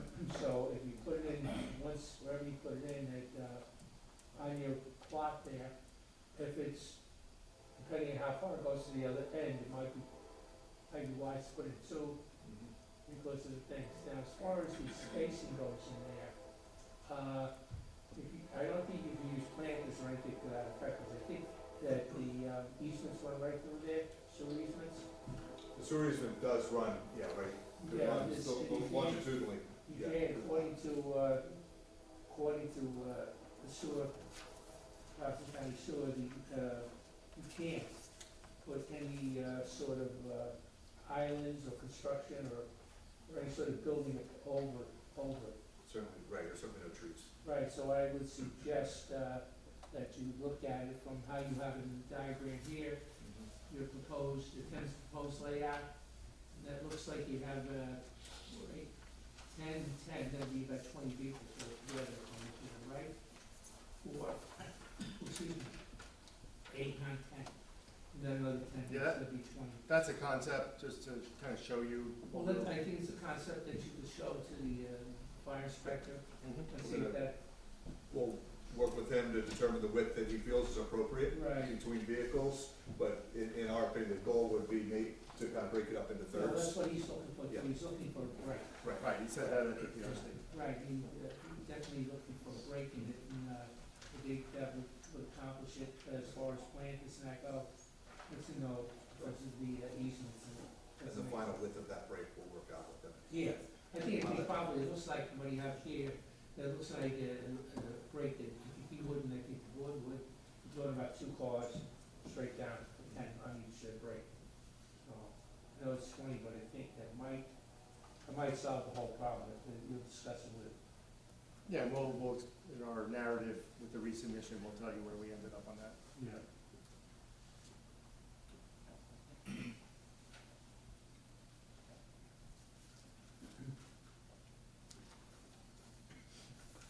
Okay. I was up the burn there today, and see about 147 evergreen trees being planted along that south side. But it looks good from where you have it. It looks like it fills in quite a bit of it. It's just what Mr. Andrews was saying, and we did with the prior applicant. No more, people like to put them in, odd numbers, so groups of 3s, and we did it with Random Road there, so, excuse me, down the center. So if you have someplace you have 10, someplace you have less, you switch it around, maybe 3 here, 3 of that, with one, breaks, it seems like it's pretty low, coming across. but then once you start to look at it, plus you have other trees that you're putting in along with those. Yeah, Yeah. so in among the Right. evergreens will be deciduous. Right. It doesn't really show with the symbology here, but there is, if you look at the actual landscape plan, there is a good cadence of Like it. mix of trees, so it isn't just a soldier row Oh, of no, these and then it's, you know. there's only a couple of spots where you have like 10 or more, usually they're 3 or 1 or whatever, and it seems to go the whole length, so that's quite a bit, 147. It's similar to what Amazon did, filling in spots there. You take a look at what they did by their water, detention pond, you can see they filled it in, that pretty much, screened the buildings on the other side, which, and there's no ground there, so it's something. Now, I want to talk about the emergency access, that's not gonna be used, that emergency access road, because you have two entrances in and out of the site. You talking about to Lieber? Yes. Correct. Okay, so that's off to the, okay, great, okay. You see, it's the second, all right, so you have the two entrances, so you don't even have to look at those in any manner, shape, or form. There'll be no building on that, and, since, maybe we can make that a condition, there's no building on it, since they had two, entrances and exits. You can make it a condition. Okay, great. Have you come to no objections? I would want to just get back to you on that, I want to understand the issue myself Yeah. before. Yeah, but originally, I just, there was the one entrance coming off of Orangetown into the site. Right, it does loop around, Yeah, and I want to make sure fire is good with that. before Right. we- because the one at, 64, you can, you get a car down that one, it's quite narrow. Even the one at, 160, it's not that wide, but it's wide enough to get a fire truck through it. So if there's something like that, you should have to talk to the fire inspector, at least a couple of the other two over there. Yeah. That'd be an ideal situation. Mhm. I don't have any further questions at this time. Anybody else on the board have any questions? Are there any other, like, car storage facilities inside Rapid Curly Corbin Park? No longer, because they did have some at one time. That was illegal. That was That was my client's Okay, predecessor. so that's all been cleaned up? Yeah, in Yes. fact, it was, That's, yeah, Okay. it's his lot, he was storing They- stuff on they this lot for a while. Right, that's right. When Onyx bought the property, there was an active violation on 64 Liebers. I remember reviewing it on their behalf. And they, I have to say, they've done a nice job cleaning up those kind of issues. They did that very quickly. They got those Yeah, cars out of they've there. addressed a lot of outstanding violations on that property. in fact, so I remember back on that, I thought there was a parking area up there, but it was illegal. Yeah. Mm-hmm. They were running. The lease was on a napkin. Yeah, yes. Make a motion, I open the Public comments to the portion, public. do I have a second? Second, all in favor? Aye. Okay, if you come up, please state your name and your address. You have 3 minutes to speak. If the person in front of you has said everything that you want to say, please, to try and save for other people to get up and talk, I would suggest that you just say my name, my address, and I concur with all of the comments made by the person in front of me. I want to add something, or just leave it like that. So if, somebody would like to come up, yes. One other thing, please direct all your comments and questions to the board. Right. Okay, so we have somebody come up and, please, name and address. What's your name, sir? Dan Fuller, Just spell your last name for me, Fuller, and your address. 120 Lieber Road. Dan, Thank pull the microphone up a little bit for you there. Thank you. Okay, I just want to reiterate the illegal parking. We experienced that for quite a long time, and it was painful, extremely painful. The noise from 7 to 7 was outrageous. In the morning, sitting on the deck in the evening, car alarms going off, you mentioned it. That is something that I'm very afraid of. You say that there's going to be no noise because they're electric, but are the trucks going to be backing up with their beeping? And I think some of the bigger Rivian trucks also might beep on the reverse. Something to think about. If they have to back it into a spot, if they have to do something like that, that's going to cause a lot of noise. Are the delivery trucks going to idle while they're sitting there? And that's obviously not a good thing from an environmental standpoint. I'm I'm not quite sure. I believe that they're not gonna go and try to search for cars. Hopefully they've resolved that issue. They can just go right to spots, but I think that should be a condition where every spot is numbered, so they know exactly where they're going. Also, from, I think, all the other neighbors that know, there's illegal car racing that goes on at Restaurant Depot. Is this site gonna be secured? Are any cars gonna be able to drive up and around and into the parking lot? It's locked on both sides. Excellent, thank you. And now, as it pertains to the lights, I live at 120, my second floor, I can clearly see the lights from the warehouse. And if the lights are gonna be above the berm, I'm gonna be able to see those as well. It's like a football field from my second floor, that warehouse. So the lights are just outrageous. So I have a very much of a concern with the lights being above that berm. And as long as they're facing down, but the height is gonna be an issue. Also, the trees that were planted, what size are you gonna require them to plant them? If If you they're- look at the plans in the back. Yeah. Well, it's I'll find out on the side. It could take years for them to get big enough to go, so I would say, Most of the trees that they're putting in will grow 2 to 3 feet a year. I understand that when I bought my house, they made me buy humongous trees, right? That it was very expensive. I would hope that you guys would do the same thing so we could get, gain some access and not have to wait 2 or 3 or 4 or 5 years to get to the height that we think that they should be. Lastly,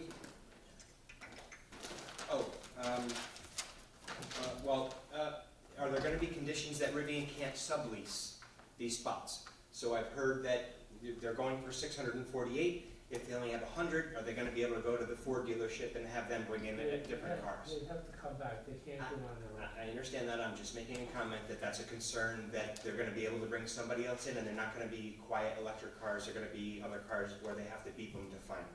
And then lastly, as a volunteer fireman, copious amounts of water are needed to put out a lithium-ion battery fire. Copious amounts. So, absolutely agree. One fire hydrant will never do. There should be at least 1, 2, or 3 more, because you're going to have to lay hose from multiple trucks to put the fire out with these lithium-ion batteries. Thank you. And the trees are all, for the most part, 6 to 8 feet in height, replanted. And they grow very fast. No. They grow 2 to 3 feet a year. 2 to 3 feet a year, but it's 6 to 8 feet. That's a long time to get up to 25 feet. Next, please, come up. What's your name, sir? Andrew Cavanola, Wait, spell your last name Cabaniola, and your address. 134 Weaver Road. Great, thanks, Andrew. So you guys talked about the berm being a buffer between the lot and our residential houses. In my backyard, there's a break in that berm. Is that gonna be filled in? Because if not, those lights and everything will come right into my backyard. It's not a huge gap, but it's probably like 30 or so feet, and I can see right into that Amazon lot right now. The next thing with the split zone, I don't understand, if they're combining the lots, you're saying that the 140 Weaver Road is still a residential lot, even though it's a combined. That's correct, it doesn't affect the zoning. Okay, so they're unable to build anything commercial, and it could still only be a residential address, even though it's a combined lot. That's correct. And Okay. if they deviate at all from this plan, they have to return. Okay. All right. As far as the fire concern with the cars, is there any type of monitoring in this parking lot, like a car? Because these, as far as I understand, the electric cars can go up at any time because of some weird wiring or water or whatever it is. Is there any type of monitoring on that facility? If it goes up at 2 a.m. before multiple cars catch fire and you have a whole issue that there's hundreds of cars going up.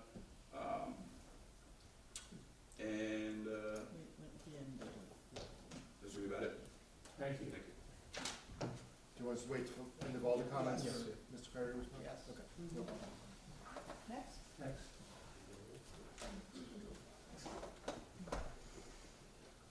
What's your name, sir? Robert Mayer, Spell your last name. M-A-Y-E-R. I'm sorry, M-A-Y-E-R? Yes, And what's your address? 158 Weaver Road. Great, thanks, Robert. A lot of comments were made, so I'll skip over those. So you're telling, the access, will this site have access to Western Highway? No. Definitely not. When Amazon was built, they, Onyx closed the gate that goes to Western Highway.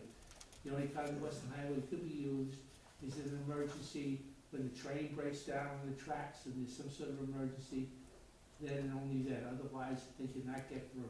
So those access points from the site that go out onto Leland, the emergency, That's not gonna be, they're not going to make that since they have, he's gotta talk to the fire inspector.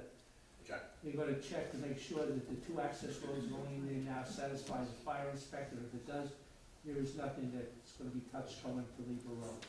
and the home, well, it's an empty home now, on the R40 zone, that's behind me, I'm on the very last house. Will that be demolished, I guess? Well, that's, Okay, yeah, because otherwise if it's left empty, it just attracts rodents and, you know, incur with them. Then cover the water and electric cars, lights. Also on that berm that was built there, we were under the understanding that we were gonna put trees on top of that berm, and that never seemed to happen, so I don't know. well, looking at the berm, walking along it up there today, there were a lot of trees already growing on the berm. The trees or the weeds, are they really trees? No, there are trees there. Yeah. Some of them are small, some of them are growing bigger. Right. Regular trees. But I thought, wasn't that one of the stipulations that they had to be planted? No? No.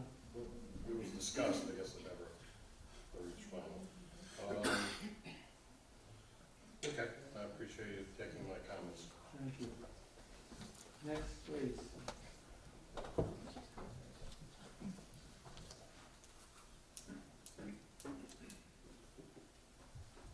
Sorry. What's your name? My name is Diane Mayer, M-A-Y-E-R, I live at 158 Lever Road. I agree with what everyone else said, however, I'd like to make some points about traffic. We all know that when it rains, 59 and the 303 floods, and at that point, all the traffic is diverted down Lever Road. It goes down Western Highway, goes down Lever Road, goes over the one-way bridge, or it goes out that way.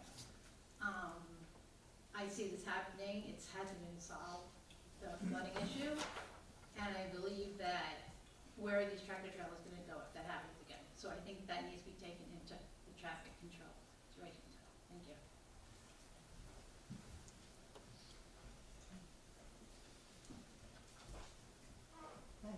What's your name? Tricia Vanderbeek, Okay, wait, spell your last name for me. spell your last name for me. V-A-N-D-E-R-B-E-E-K, Thank you, and your address. 74 Lever Road. Great, thank you. I'm just happy to find that it's not gonna be exited on Lever Road because this will just depreciate our properties as it is. But just my thoughts on these berms, these trees that you're gonna plant, you better make them deer perfect, deer proof, because the deer eat all my trees. So if you put them there, they'll be great, then I won't be on my property. The trees that they're planting, for the most part, are deer resistant. They're resistant, yeah. Resistant, there is no deer proof. And also, when the leaves are off the trees from the factory that's back there, I don't need a light in my dining room. It's my night light. That's how bright that light is. So I don't know about these lights that are gonna be just above the berm. Thank you.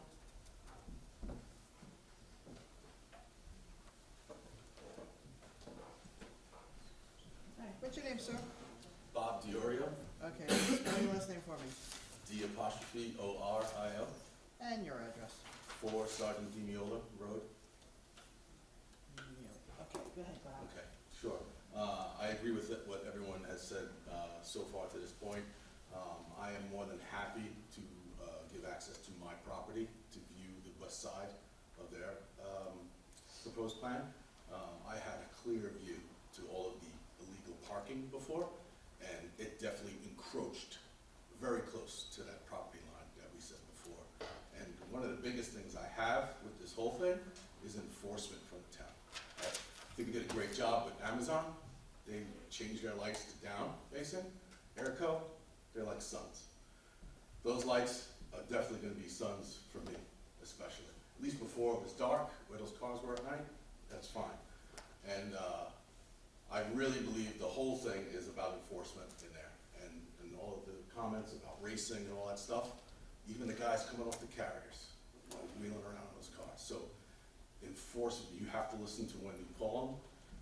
I don't know, if, security was brought up before, another great point, right? Although there was security before, setting off alarms on the Airco property that I'm sure the people in Lieber could hear the warning that someone's approaching the property, right? So like a lot of noise in that area that has to be addressed. Those streets right there are paying a lot of taxes, and you gotta respect our property there. So that's all I have for you guys.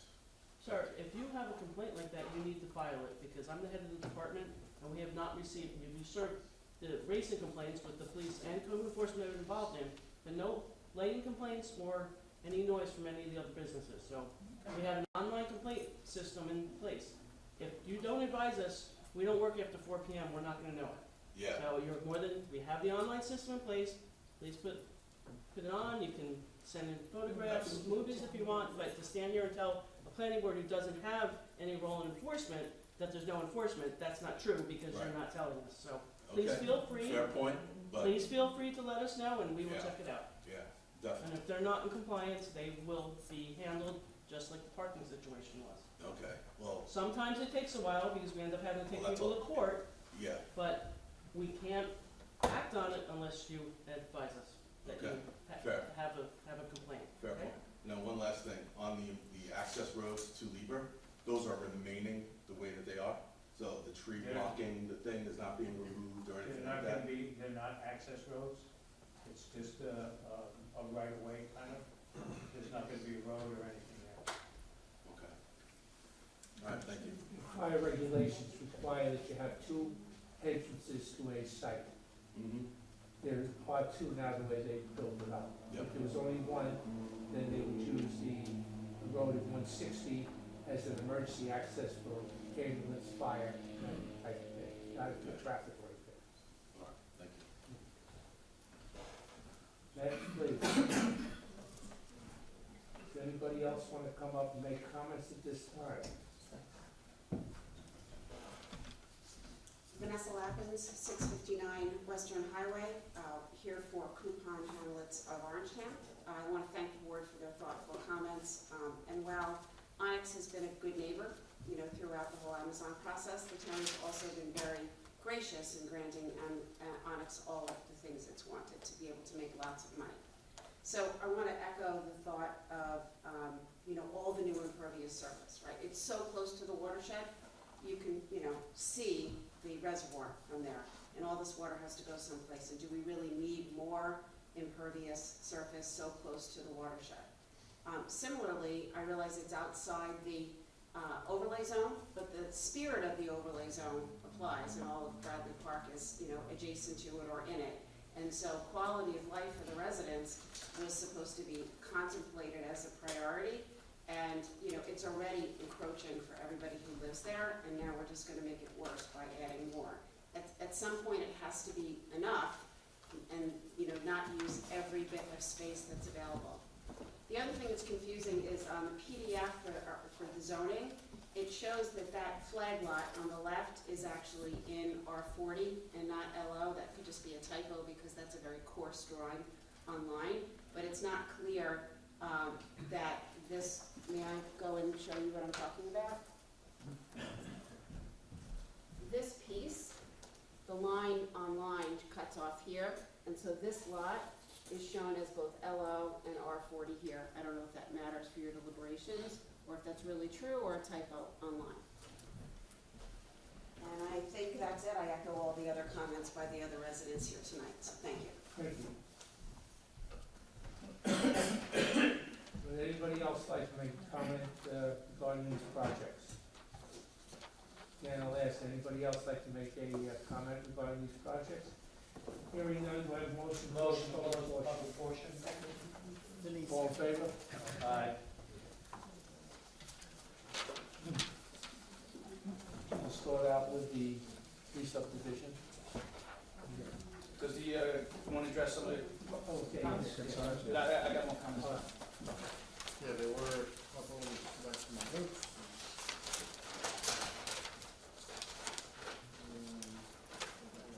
There was at least one. This is your comments. That'll be my handwriting. I apologize.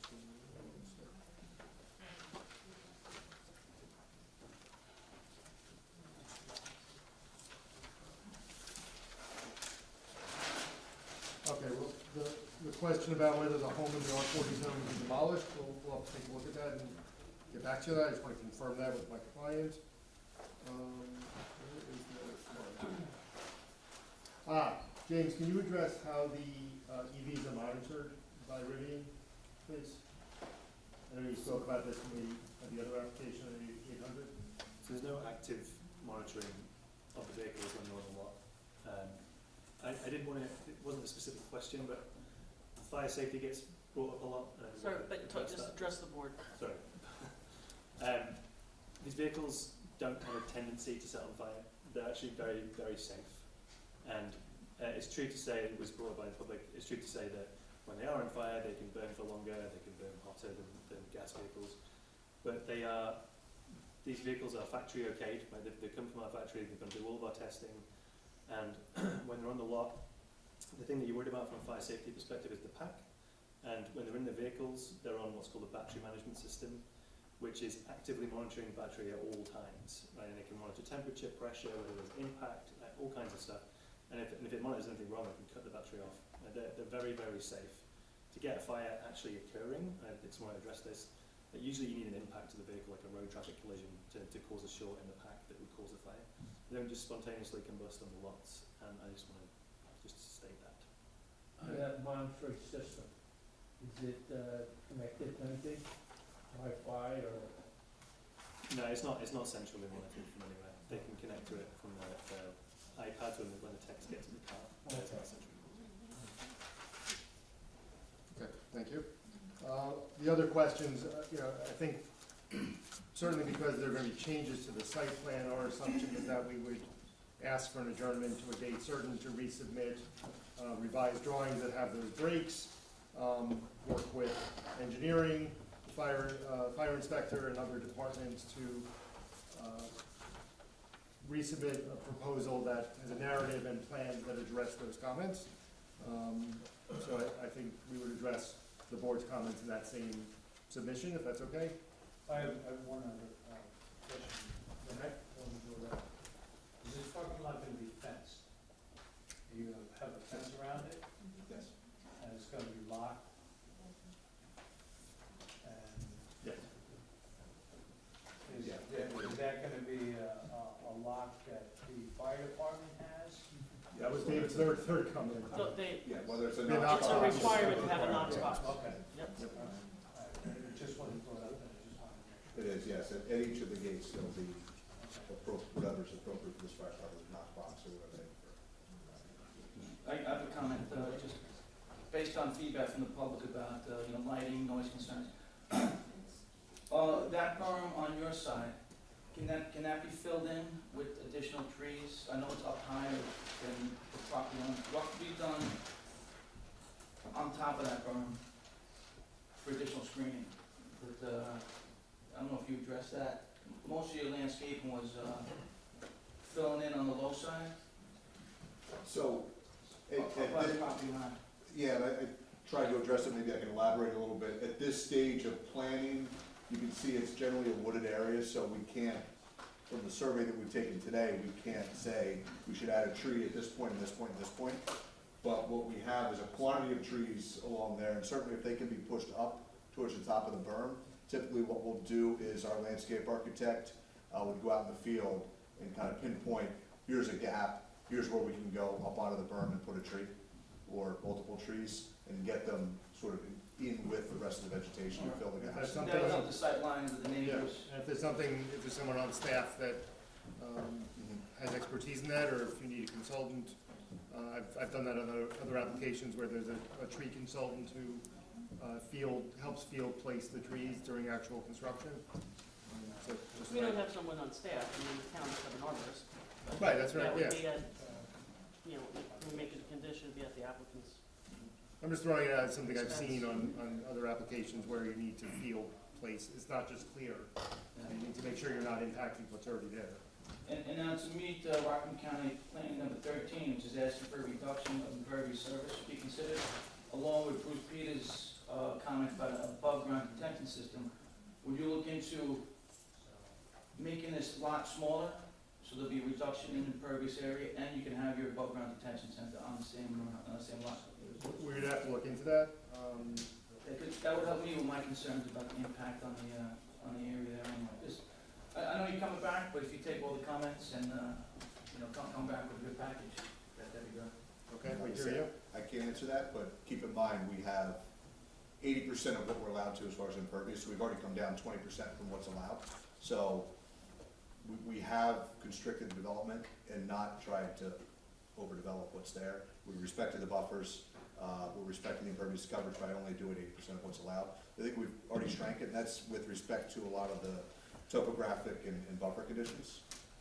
To do more, to provide above-ground detention, I can answer that, that's something the client's gonna have to weigh in on.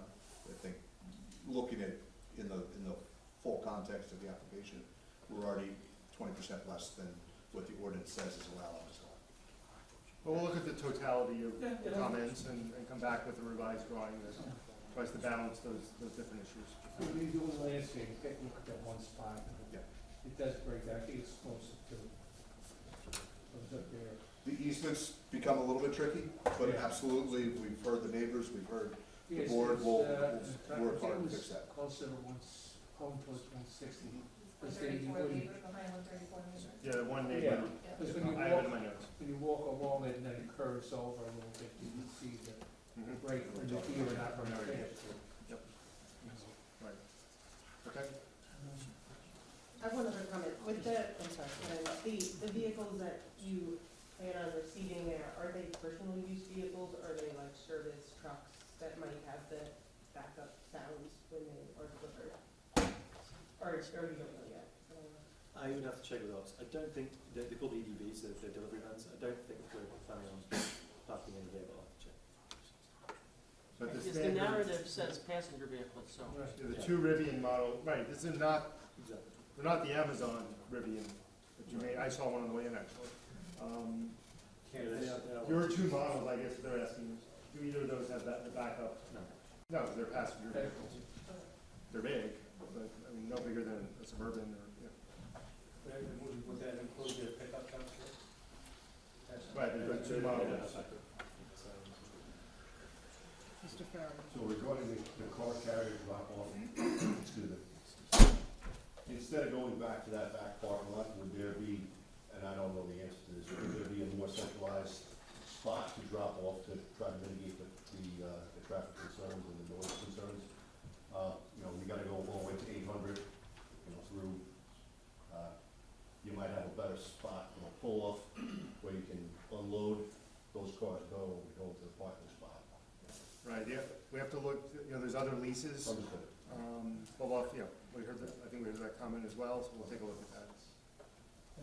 Is there a reason that the light poles are 25 feet high? That Uh, seems awful high to just park a car under it.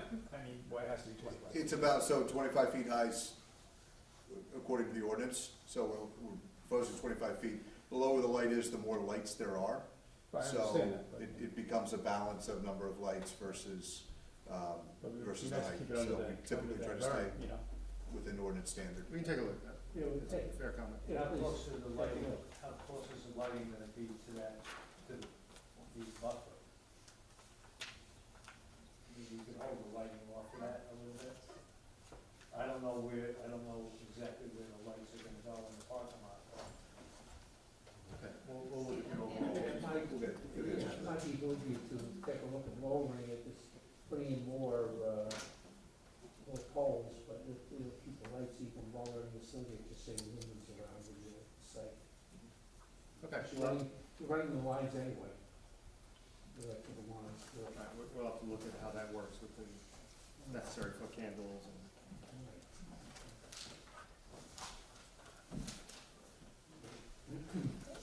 we have a lot of homework. Right, so are you asking? Yeah, I would like to ask for continuance till your March 27th meeting to give ourselves enough time. I understand from staff that the deadline will be February 21st. So, I don't, yeah, I just check tomorrow for the submission dates and stuff, but, I had an email with Cheryl about it, she told me February 21st. yeah. Just to be safe, confirmed, but I spoke to her this afternoon, we touched base, because I know originally we talked about trying to do something for the earlier date, but we can't, so we'll go with the March 27th for the date, and check with her tomorrow for submission. Okay, I'll confirm. That's what she said. March So it's gonna be 27th. continued to the March 27th meeting. Okay. Oh, you're gonna start meeting over at the new building? Eventually? And stop starting rumors, you're not gonna get a new building. For everybody's information, what happened is the applicants asked for a continuance. There'll be no votes on anything tonight, or no further discussions. They will be returning to the planning board on March 27th. You should be notified again, I think. Did we get it? Nope. Nope. Okay. No new That's why letters, they Just that's why stay it's announced. online to the agendas and that you'll see. But so far, technically, it's March 27th. It's up to us to get Right. give us a submission date. in. Right. And we have all from them based upon the comments from the different agencies and questions that we asked tonight, and what they can change and modify. Thank you. Okay, thank you for your time. Thank you. Take care. Let's take any, take a 5-minute break.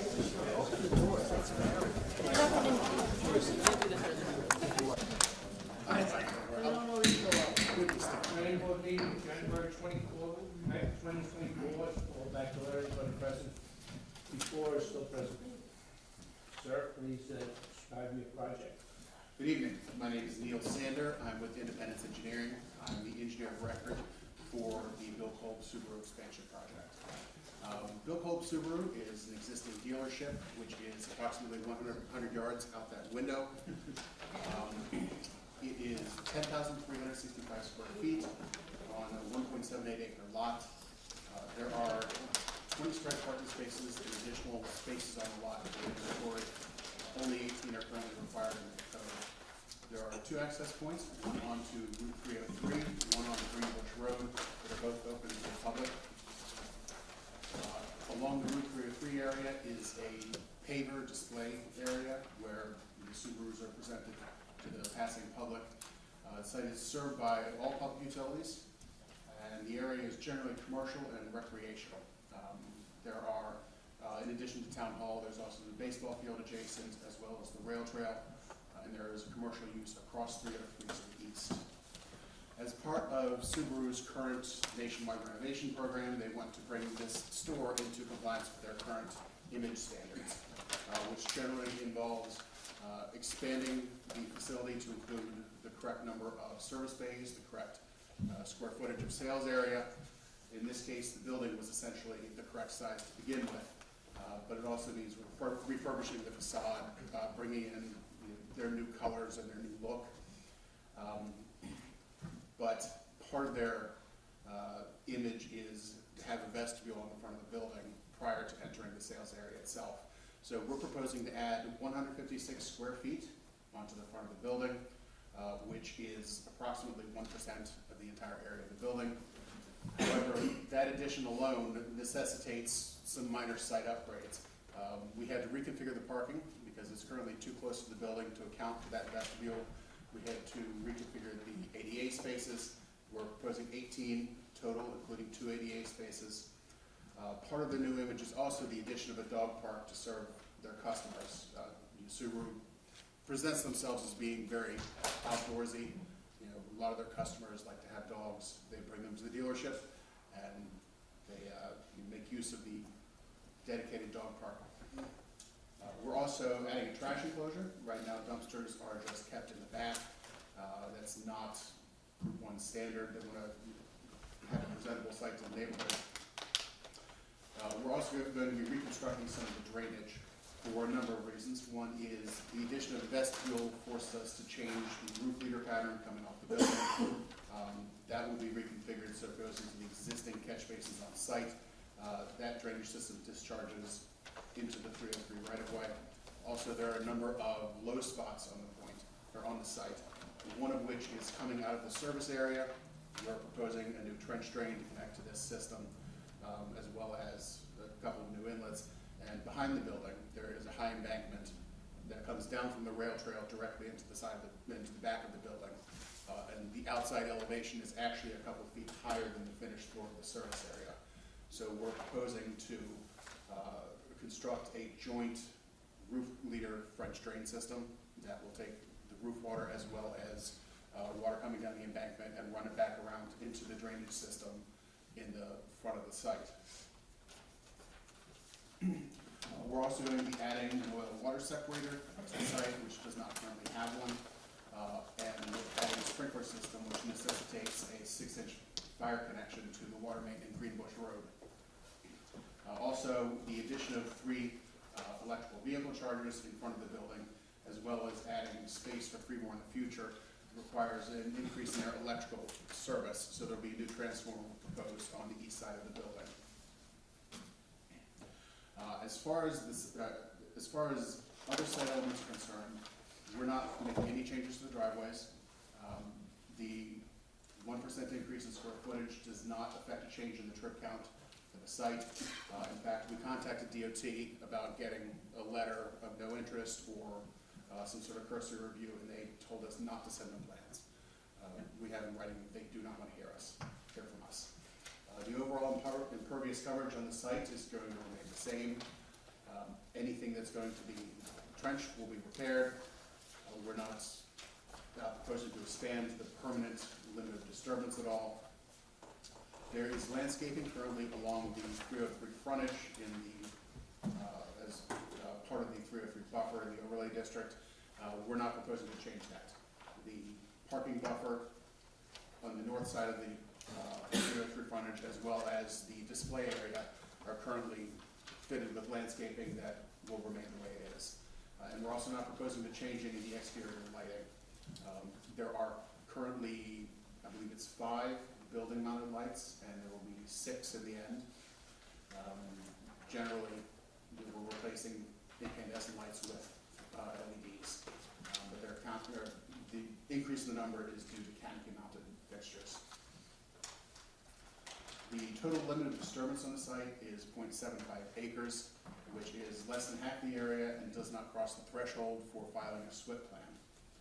Now, during construction, the dealership is going to maintain operation, so they're going to be bringing in 2 temporary trailers, each 24 by 60. These will be located in the back of the site where inventory is currently being kept. They will have water and sewer connections, or they will have temporary connections to the public water and sewer facilities and on that part of the site, which will be removed when the trailers are removed after construction. And access to those trailers for customers will come from Greenbush while site work is being done in front of the existing store. Now, we have received a number of comment letters, both from departments within the town and from the county. We don't have any objections to any of their comments. There were a couple that I wanted to make notes of. I'd like to speak with Ms. Slavin later about the scope of the Aquivore application. Since we've already been through for the building itself, do we need to amend that original approval, or do we need to file just for? For whatever your site plan improvements are. Okay. It's not, that stuff wasn't shown Right. on Right. that, so this would be for the site plan. Okay, just for site. Okay. There was a comment about an existing gas line that crosses the site, and a request that the easement be shown that's associated with it. We have not been able to find any record of an easement, so we're willing to declare an easement over the gas line. But I think it's incumbent on us to make sure we get it located a little more accurately first. Now, regarding the county's comments, just to comment on number 2, as I mentioned, there is no impact to DOT facilities. They refused our application. Comment number 7, regarding the split filing, we are less than 1 acre, significantly less. Comment number 8, we're not proposing any new landscaping. We're not proposing to remove any existing landscaping. And comment number 16, we're not proposing to change any of the existing parking lot lighting. do have with me here tonight Brad Johnson and John Jacobson from Group 1 Automotive, who is the owner of Go Cold Subaru, David Clear, who's the architect of record, and if you do want to try and get a better price, I have brought the manager.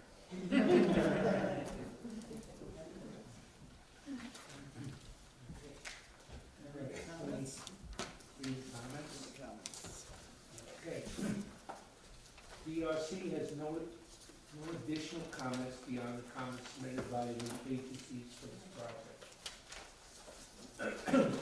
Also, Building Zoning Planning Administration Enforcement, January 19th, 2024, 9 comments.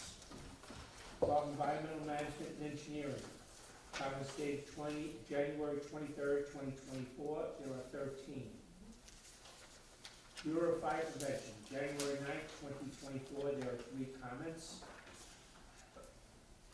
Memorandum from Eric Gordon, Superintendent of Parks and Recreation for Orangetown, he has 3 comments. Brooker Engineering, dated December 10th, 2023. The application has provided sufficient information to demonstrate that there are no potential significant impacts with respect to drainage that require mitigation. We therefore recommend that Bill Powell Jr. site plan be approved for drainage subject to the above project comments on 8. Bruce. Rockland County Department of Planning, January 18th, 2024. They have 18.1 comments. Rockland County Drainage Agency, they have 3 comments.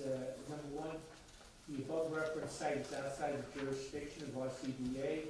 Stream control act permit from the RCDA is not required. Rockland County Sewer District Number 1, January 8, 2024, has 2 comments. Rockland County Planning, 12/21/23, consents to the Town of Orangetown Planning Board Service Lead Agency. January 3rd, 2024, Orangetown ZBA, consents to the Town of Orangetown Planning Board Service Lead Agency. December 6, 2023, Orangetown ZBA, no comments at this time. December 21st, 2023, Rockland County Planning Department, comments attached. We have a narrative, and we have a short EAF, it's not dated, and a full EAF. And a full EAF dated 10/2/23. Is there a reason why we got 2? I think that was a clerical error. We had intended to send the full EAF. Yeah, the fully, it's not needed for the scope of work. Sure. Okay, Mr. Andrews. So you want to put in 3 charging stations, I see them on the plan here. We have 2 of them together and 1 separated on the other end. Yes. These are shown pretty close to the building. Mhm. And I don't know if you gave the list, I have to think of charging stations, I think should be separated away from the building. I don't know if you could put them somewhere else in the parking lot or something like that, Mhm. but just as a safety feature. In case there's a failure of the station. Station, the vehicle, the battery, you know, we're all learning about this and as far as I can see what we've seen so far, these things have a tendency to catch fire. So, that's all the comments I have right now. I like the dog park over there. That's great. I want to know, like, no tap? But it was one of the I things do that we appreciate got. that. And what the vestibule is just for, is just like entrance, or what's supposed to be in it? It's basically so you can have 2 successive doors. Safety in the winter and air conditioning in the summer. I did want to clarify, one of the comments from the fire department was that we confirm that the proposed fire hydrant in the dog park is non-functional, demonstrably non-functional. It will be colored and there will be signs on it. It's gotta be a Snoopy fire hydrant. It can't Mr. Ferrari. Not too much going on with this plan of concern. The only thing that sticks out is the temporary offices. You're right up against that property line.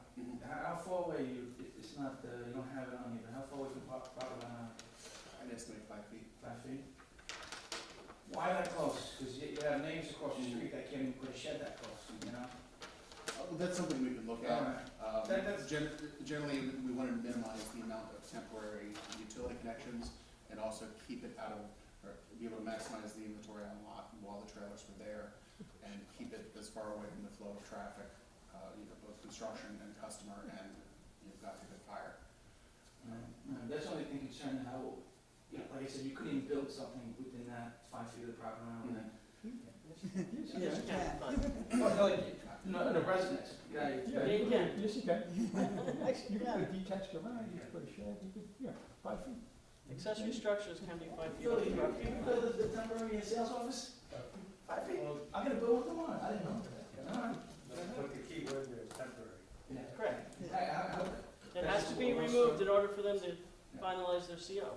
Was that? It'll have to be removed in order for them to get their CO. But it'll be up, how long construction, you think? How long? 30 weeks. 30 weeks? 30 weeks. It'll be up there 30 weeks? That's Mr. Marinino from CM&B, general contractor. And then, there's something about the 25-foot buffer, you gotta put on that. Yeah, And what would be in that, is anything in that buffer? only existing features. On existing features. And so there's landscaping, the landscaping now is just the grass, is that correct? There are low shrubs. Shrubs, all right. Yeah. There's no landscaping plan? No, there's not. It's hard to see on the aerial, but there is low shrubs along the backs of these parking spaces at phase 303, as well as interspersed through the paved display areas. And when was, do you know when this lot was actually approved, when it became a Subaru? Early 80s? No, they did something else. With Bill Cold Subaru, Yeah. it was November of 1998. Prior to that, it was Pisa Saab Subaru, and they were there since the late 70s. Yeah, and nothing has changed along the 303. No.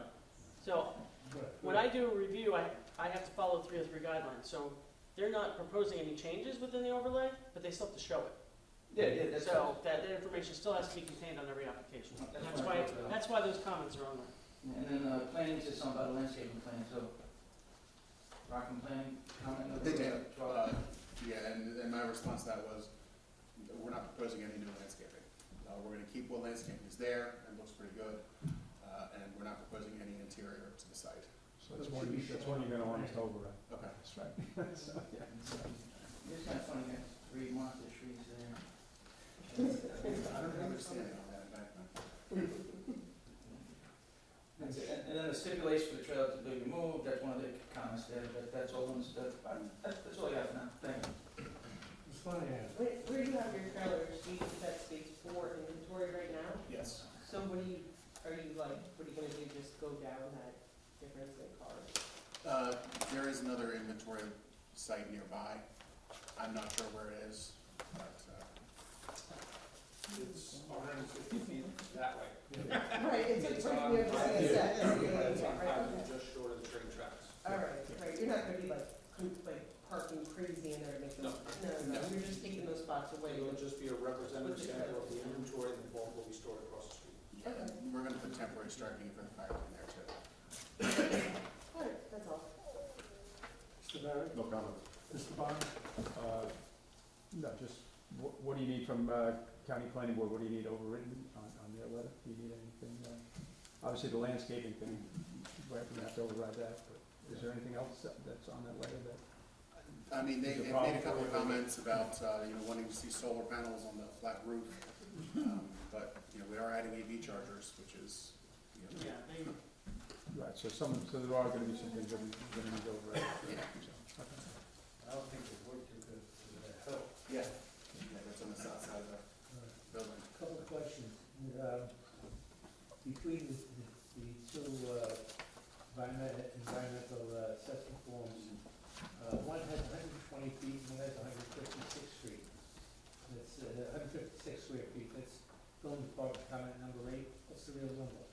156.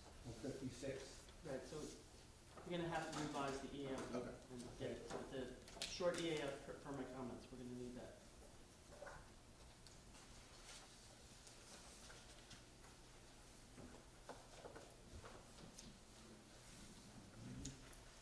And that's your, what's the total area that we get, 156 feet?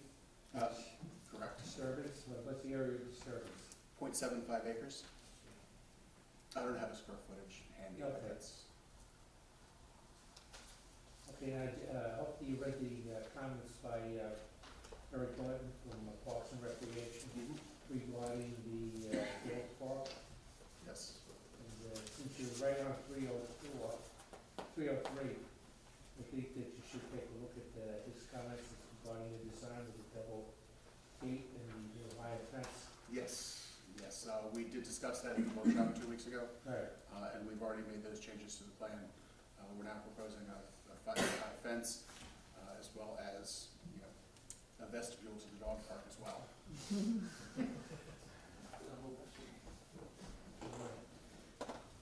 Okay, and you definitely have to,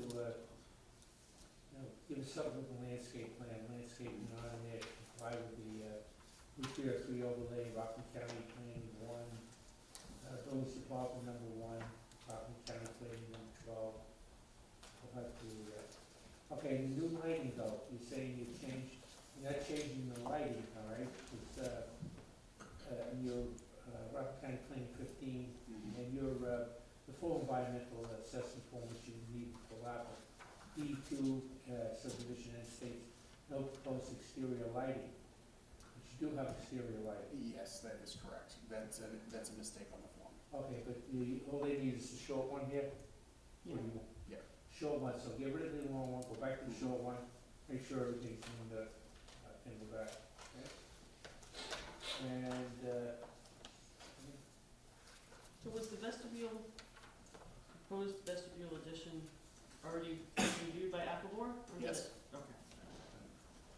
and, you have a copy of that letter from DOT that says that we don't care? I will forward that email. Okay, yes, please, to the, police department. This way we can have it on file. I'm gonna frame it and put it on the wall of my office. Yes.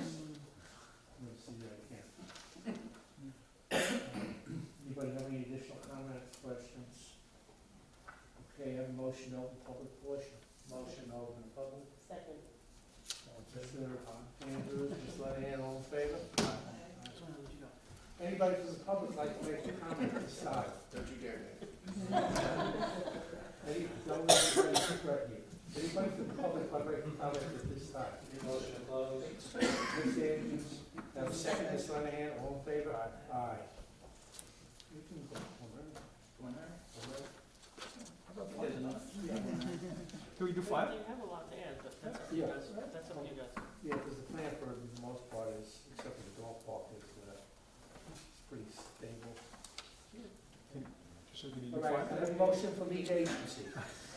It's up to the board. I No, can't tell you whether or not you should make a motion for either. It's Can up we to make a the motion for, can we find it? I'm just throwing it out there, because I mean, there's not a lot that they're gonna do. We are requesting Yes. pre-preliminary/preliminary/final. Yeah. How about, but we gotta determine what you can, either get a preliminary They or already final. finished with Appleboro? Yeah. Say it again? They finished with Appleboro, or they have to go Yeah, back? they have to just go for the site changes. Yeah. They went for the facade changes already. You guys didn't see the bump out of the addition because there was no change to the site. It was such a minuscule addition, there's no reason to come to planning. There's no change in drainage, there's already paved area, so it just went to Appledore. Okay, so let's go But the back. site changes were not part of that application that you are reviewing right now. Okay, so those changes still have to be put on the site plan that we're gonna approve. Yes, they need to be, the comments have to be addressed Right. on this plan, and Appledore has to review and approve. Okay, but that plan with the dog park and That's the one that's before you now. Parking. that's the one for the revised one The dog park, is there, but not the revised one for our comments? for the comments. Right, they haven't addressed the comments yet. All right. So if you want to do preliminary and have them address the comments, go to Akabor and return for final, that's up to you. Yeah, If that's, the board what do you want to do? wants to do final, that's also up to you. We'll marry the final. No, we'll do, let them just the comments, go to Apple, come back. They have to go to Apple anyway. You say? Yeah. That's a normal process. I'm okay with final. If they're making changes to the fence for dog park, Or the lights, and they have to show landscaping. but are they showing, they're Yeah, not let's doing get the this- landscaping, they're just showing the overlay. You know, they didn't show the overlay. Right, Right, but it's it's just gonna be a line. It's gonna be a line, so, It is what it is, yeah. So Barry, where you want this one? I'd give them final. You want final? I would be fine. does the board want to see any additional landscaping? It's there, it exists, so. I think, Otherwise, a landscaping plan is not required, because they're not proposing to remove any landscaping, they're using it's a nice looking site. already an area that's already developed. Is there anything significant regarding the electric, the charging station that would? Yeah, it's just a question Also of waive- locating. Mr. Chairman, you can also waive the requirement for that, that's up to you guys. Yeah, they already got their approval, they don't have to go back. Yeah, they got the approval for the exterior changes of the building. Right. This is a separate application for the dog park area and the trailer, but they're not changing any landscaping. Okay. All right. So the whole parking lot stays the same, they remill it and repaint the lines, is basically what you're doing. Yeah, we're adding some curb in front of it. Yeah, and then the dog park, which was already, I mean, it was a grassy area, right? Yes. The dog park? Yes, there's really no reason for them to go back more again. Just our code requires it, but you guys can Yeah. override. We can wait. Is there some sort of way we can arrange this that we'll be able to start construction? You just,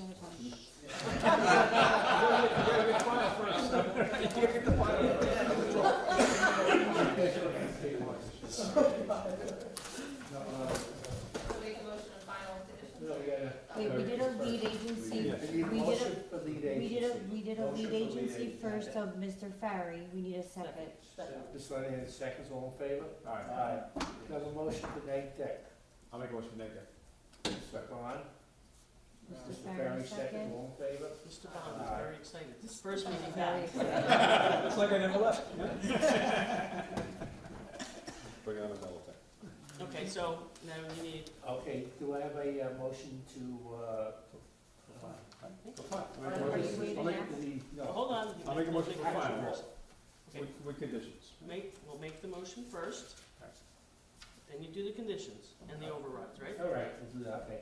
So Mr. Bond's making the, motion for final with conditions. Now you talk about the conditions, All right. you're gonna need an override Right, for and the, then. for, Akabor for my letter and the county planning requirements for a new landscaping plan.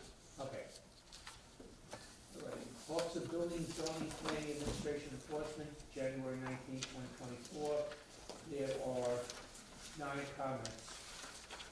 You're gonna override number 4, and number 6. Okay. Do I have a motion to override Akabor since they already went there? I'll make that motion. Well, it's not that they already went, but the changes on the site are relatively insignificant. Okay. So we're not gonna require them to go. Okay, so the motion is that the changes on the site are insignificant, and there's no need to go to Akabor. I'll make that motion. Mr. Bond, do I have a second? I'll second. Mr. Andrews, seconds, all in favor? Aye. All right. Number 8. Okay, the shorty EAF has to be revised. Send that in via email tomorrow, okay? Yes. Short EAF, Yes. signed and dated tomorrow? Yes, by the end of the day. It has to be, it's not an option. Yes. Oh, sorry. Oh, 4, I'm sorry. Right, 4 and 6 were overriding? Yes, 4 and 6, Oh. reference Akabor. Right, 4 and 6. Right, and number 8, he just has to address and get it Right, to you. yeah.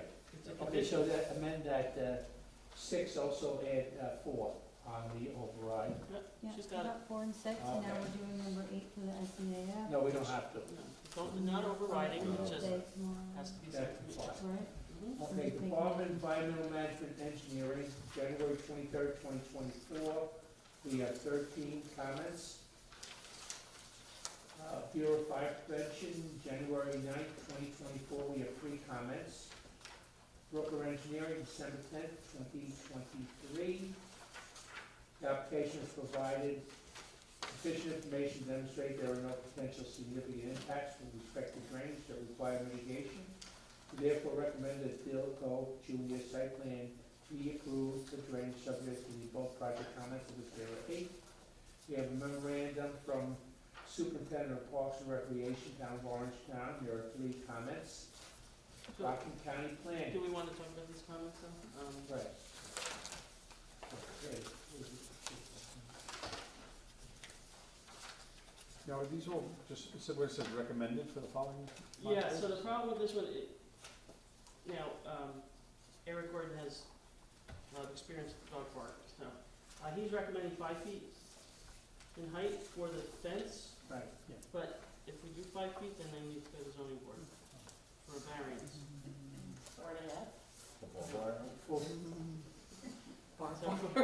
What's the height, what's it, less than 5 feet they don't have to, or over 4 feet? 4.5, yeah, 4.5. So 4.5 feet would be the fence. Why don't we just do 4 feet? No, because dogs jump over 4 feet. The dog, like, a larger dog can jump over a 4-foot Make fence. 4.5 foot fence? Yes, they do. Okay, 4.5. Okay. Yeah, 4 foot, they can just, And I knew it was 3.5. it's a little taller 42, than I yeah. have.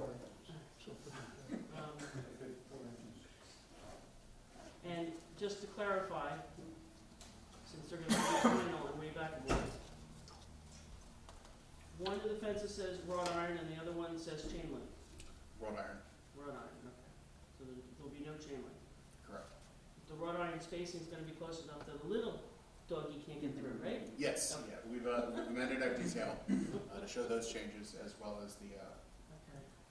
signage for the fire That would hydrant. be a working nightmare, the dog got. Okay. And from 303. We have to do number 12. Right, well, hold on, and there'll be no gap at the bottom, correct? Okay. That's it, okay. Number 12 of which one, Mr. Chairman? County plan. The planning, Rockland County Planning, to ask for a landscaping plan, indicate species plants to use. Yep. Okay. Motion to override. Motion to override based on no changes to the existing landscaping plan. Second. Existing landscape. Motion McCrory, seconds, all in favor? Aye.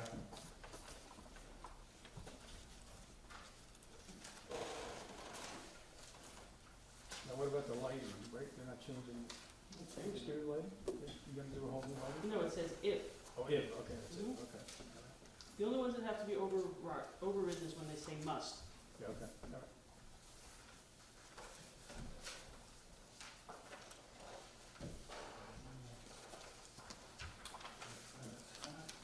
Let's see. Didn't you say something about a solar panel? Yeah, so that's a general comment that they put on every application for this whole clean energy. Yeah. But it's an existing building, they're not required to do it, it was a new building, it's a little different.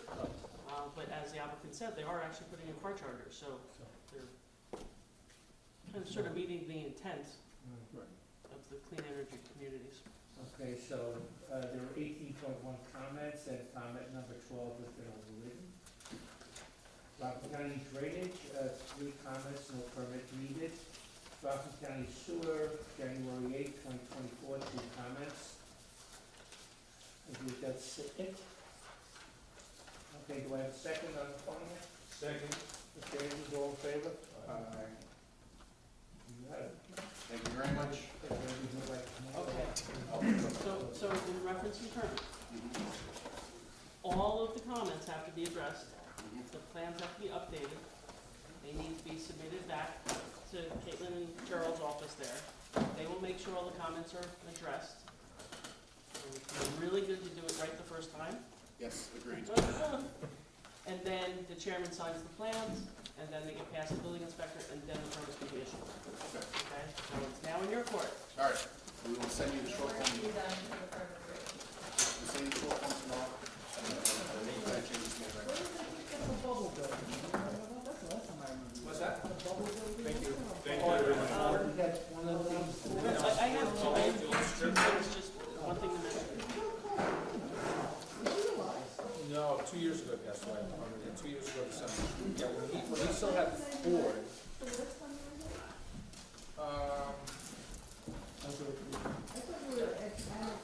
We have, we have a couple of items on the agenda. Oh, come on, I'm talking. No. Real quick, so, included, you guys received an email today regarding, the complete streets policy. It was actually adopted in 2019. It's come up, because of this whole climate, energy, community thing that's being done throughout the state. So this is just to remind you guys, read this. This is, When did you send it out? it was emailed again today, but it was given to you back in 2019. Oh. I wasn't here. Right. So, new members of the board, but again, it just talks about, it outlines an approach to just look at it. You're supposed to be considering the concepts within the Complete Streets program, which you actually kind of do anyway, but just familiarize yourself with it again, because, you know, the town is saying we're doing it, so. And I believe Jimmy, you know, the highway department does do it as well when they do their reviews. And then, did Cheryl email this out? I think she did, right? Yeah. The DOT letter? If not, a DOT letter came in from Jason Brenner regarding WPT. It will be circulated. I think she did do it. Yes, Okay. yes. It's just a reinforcement to their previous letter based on the application. They weren't aware that the application was postponed. But again, you have this because everyone already has their packages. So we sent this again. If you want a hard copy, please copy it. But those were the two things I had to remind to tell you guys about. We have the minutes from what date? January 10th? The motion to approve the minutes from January 10th. So moved. Mr. Andrews, as amended. Second, Mr. Ferry? All in favor? Mr. Klein abstains. Well, it showed me halfway through, A motion to adjourn. I was there, but, In spirit only. Ms. Lenahan, Mr. Ferry, second, all in favor? Aye. Night all. I'm gonna get appointed.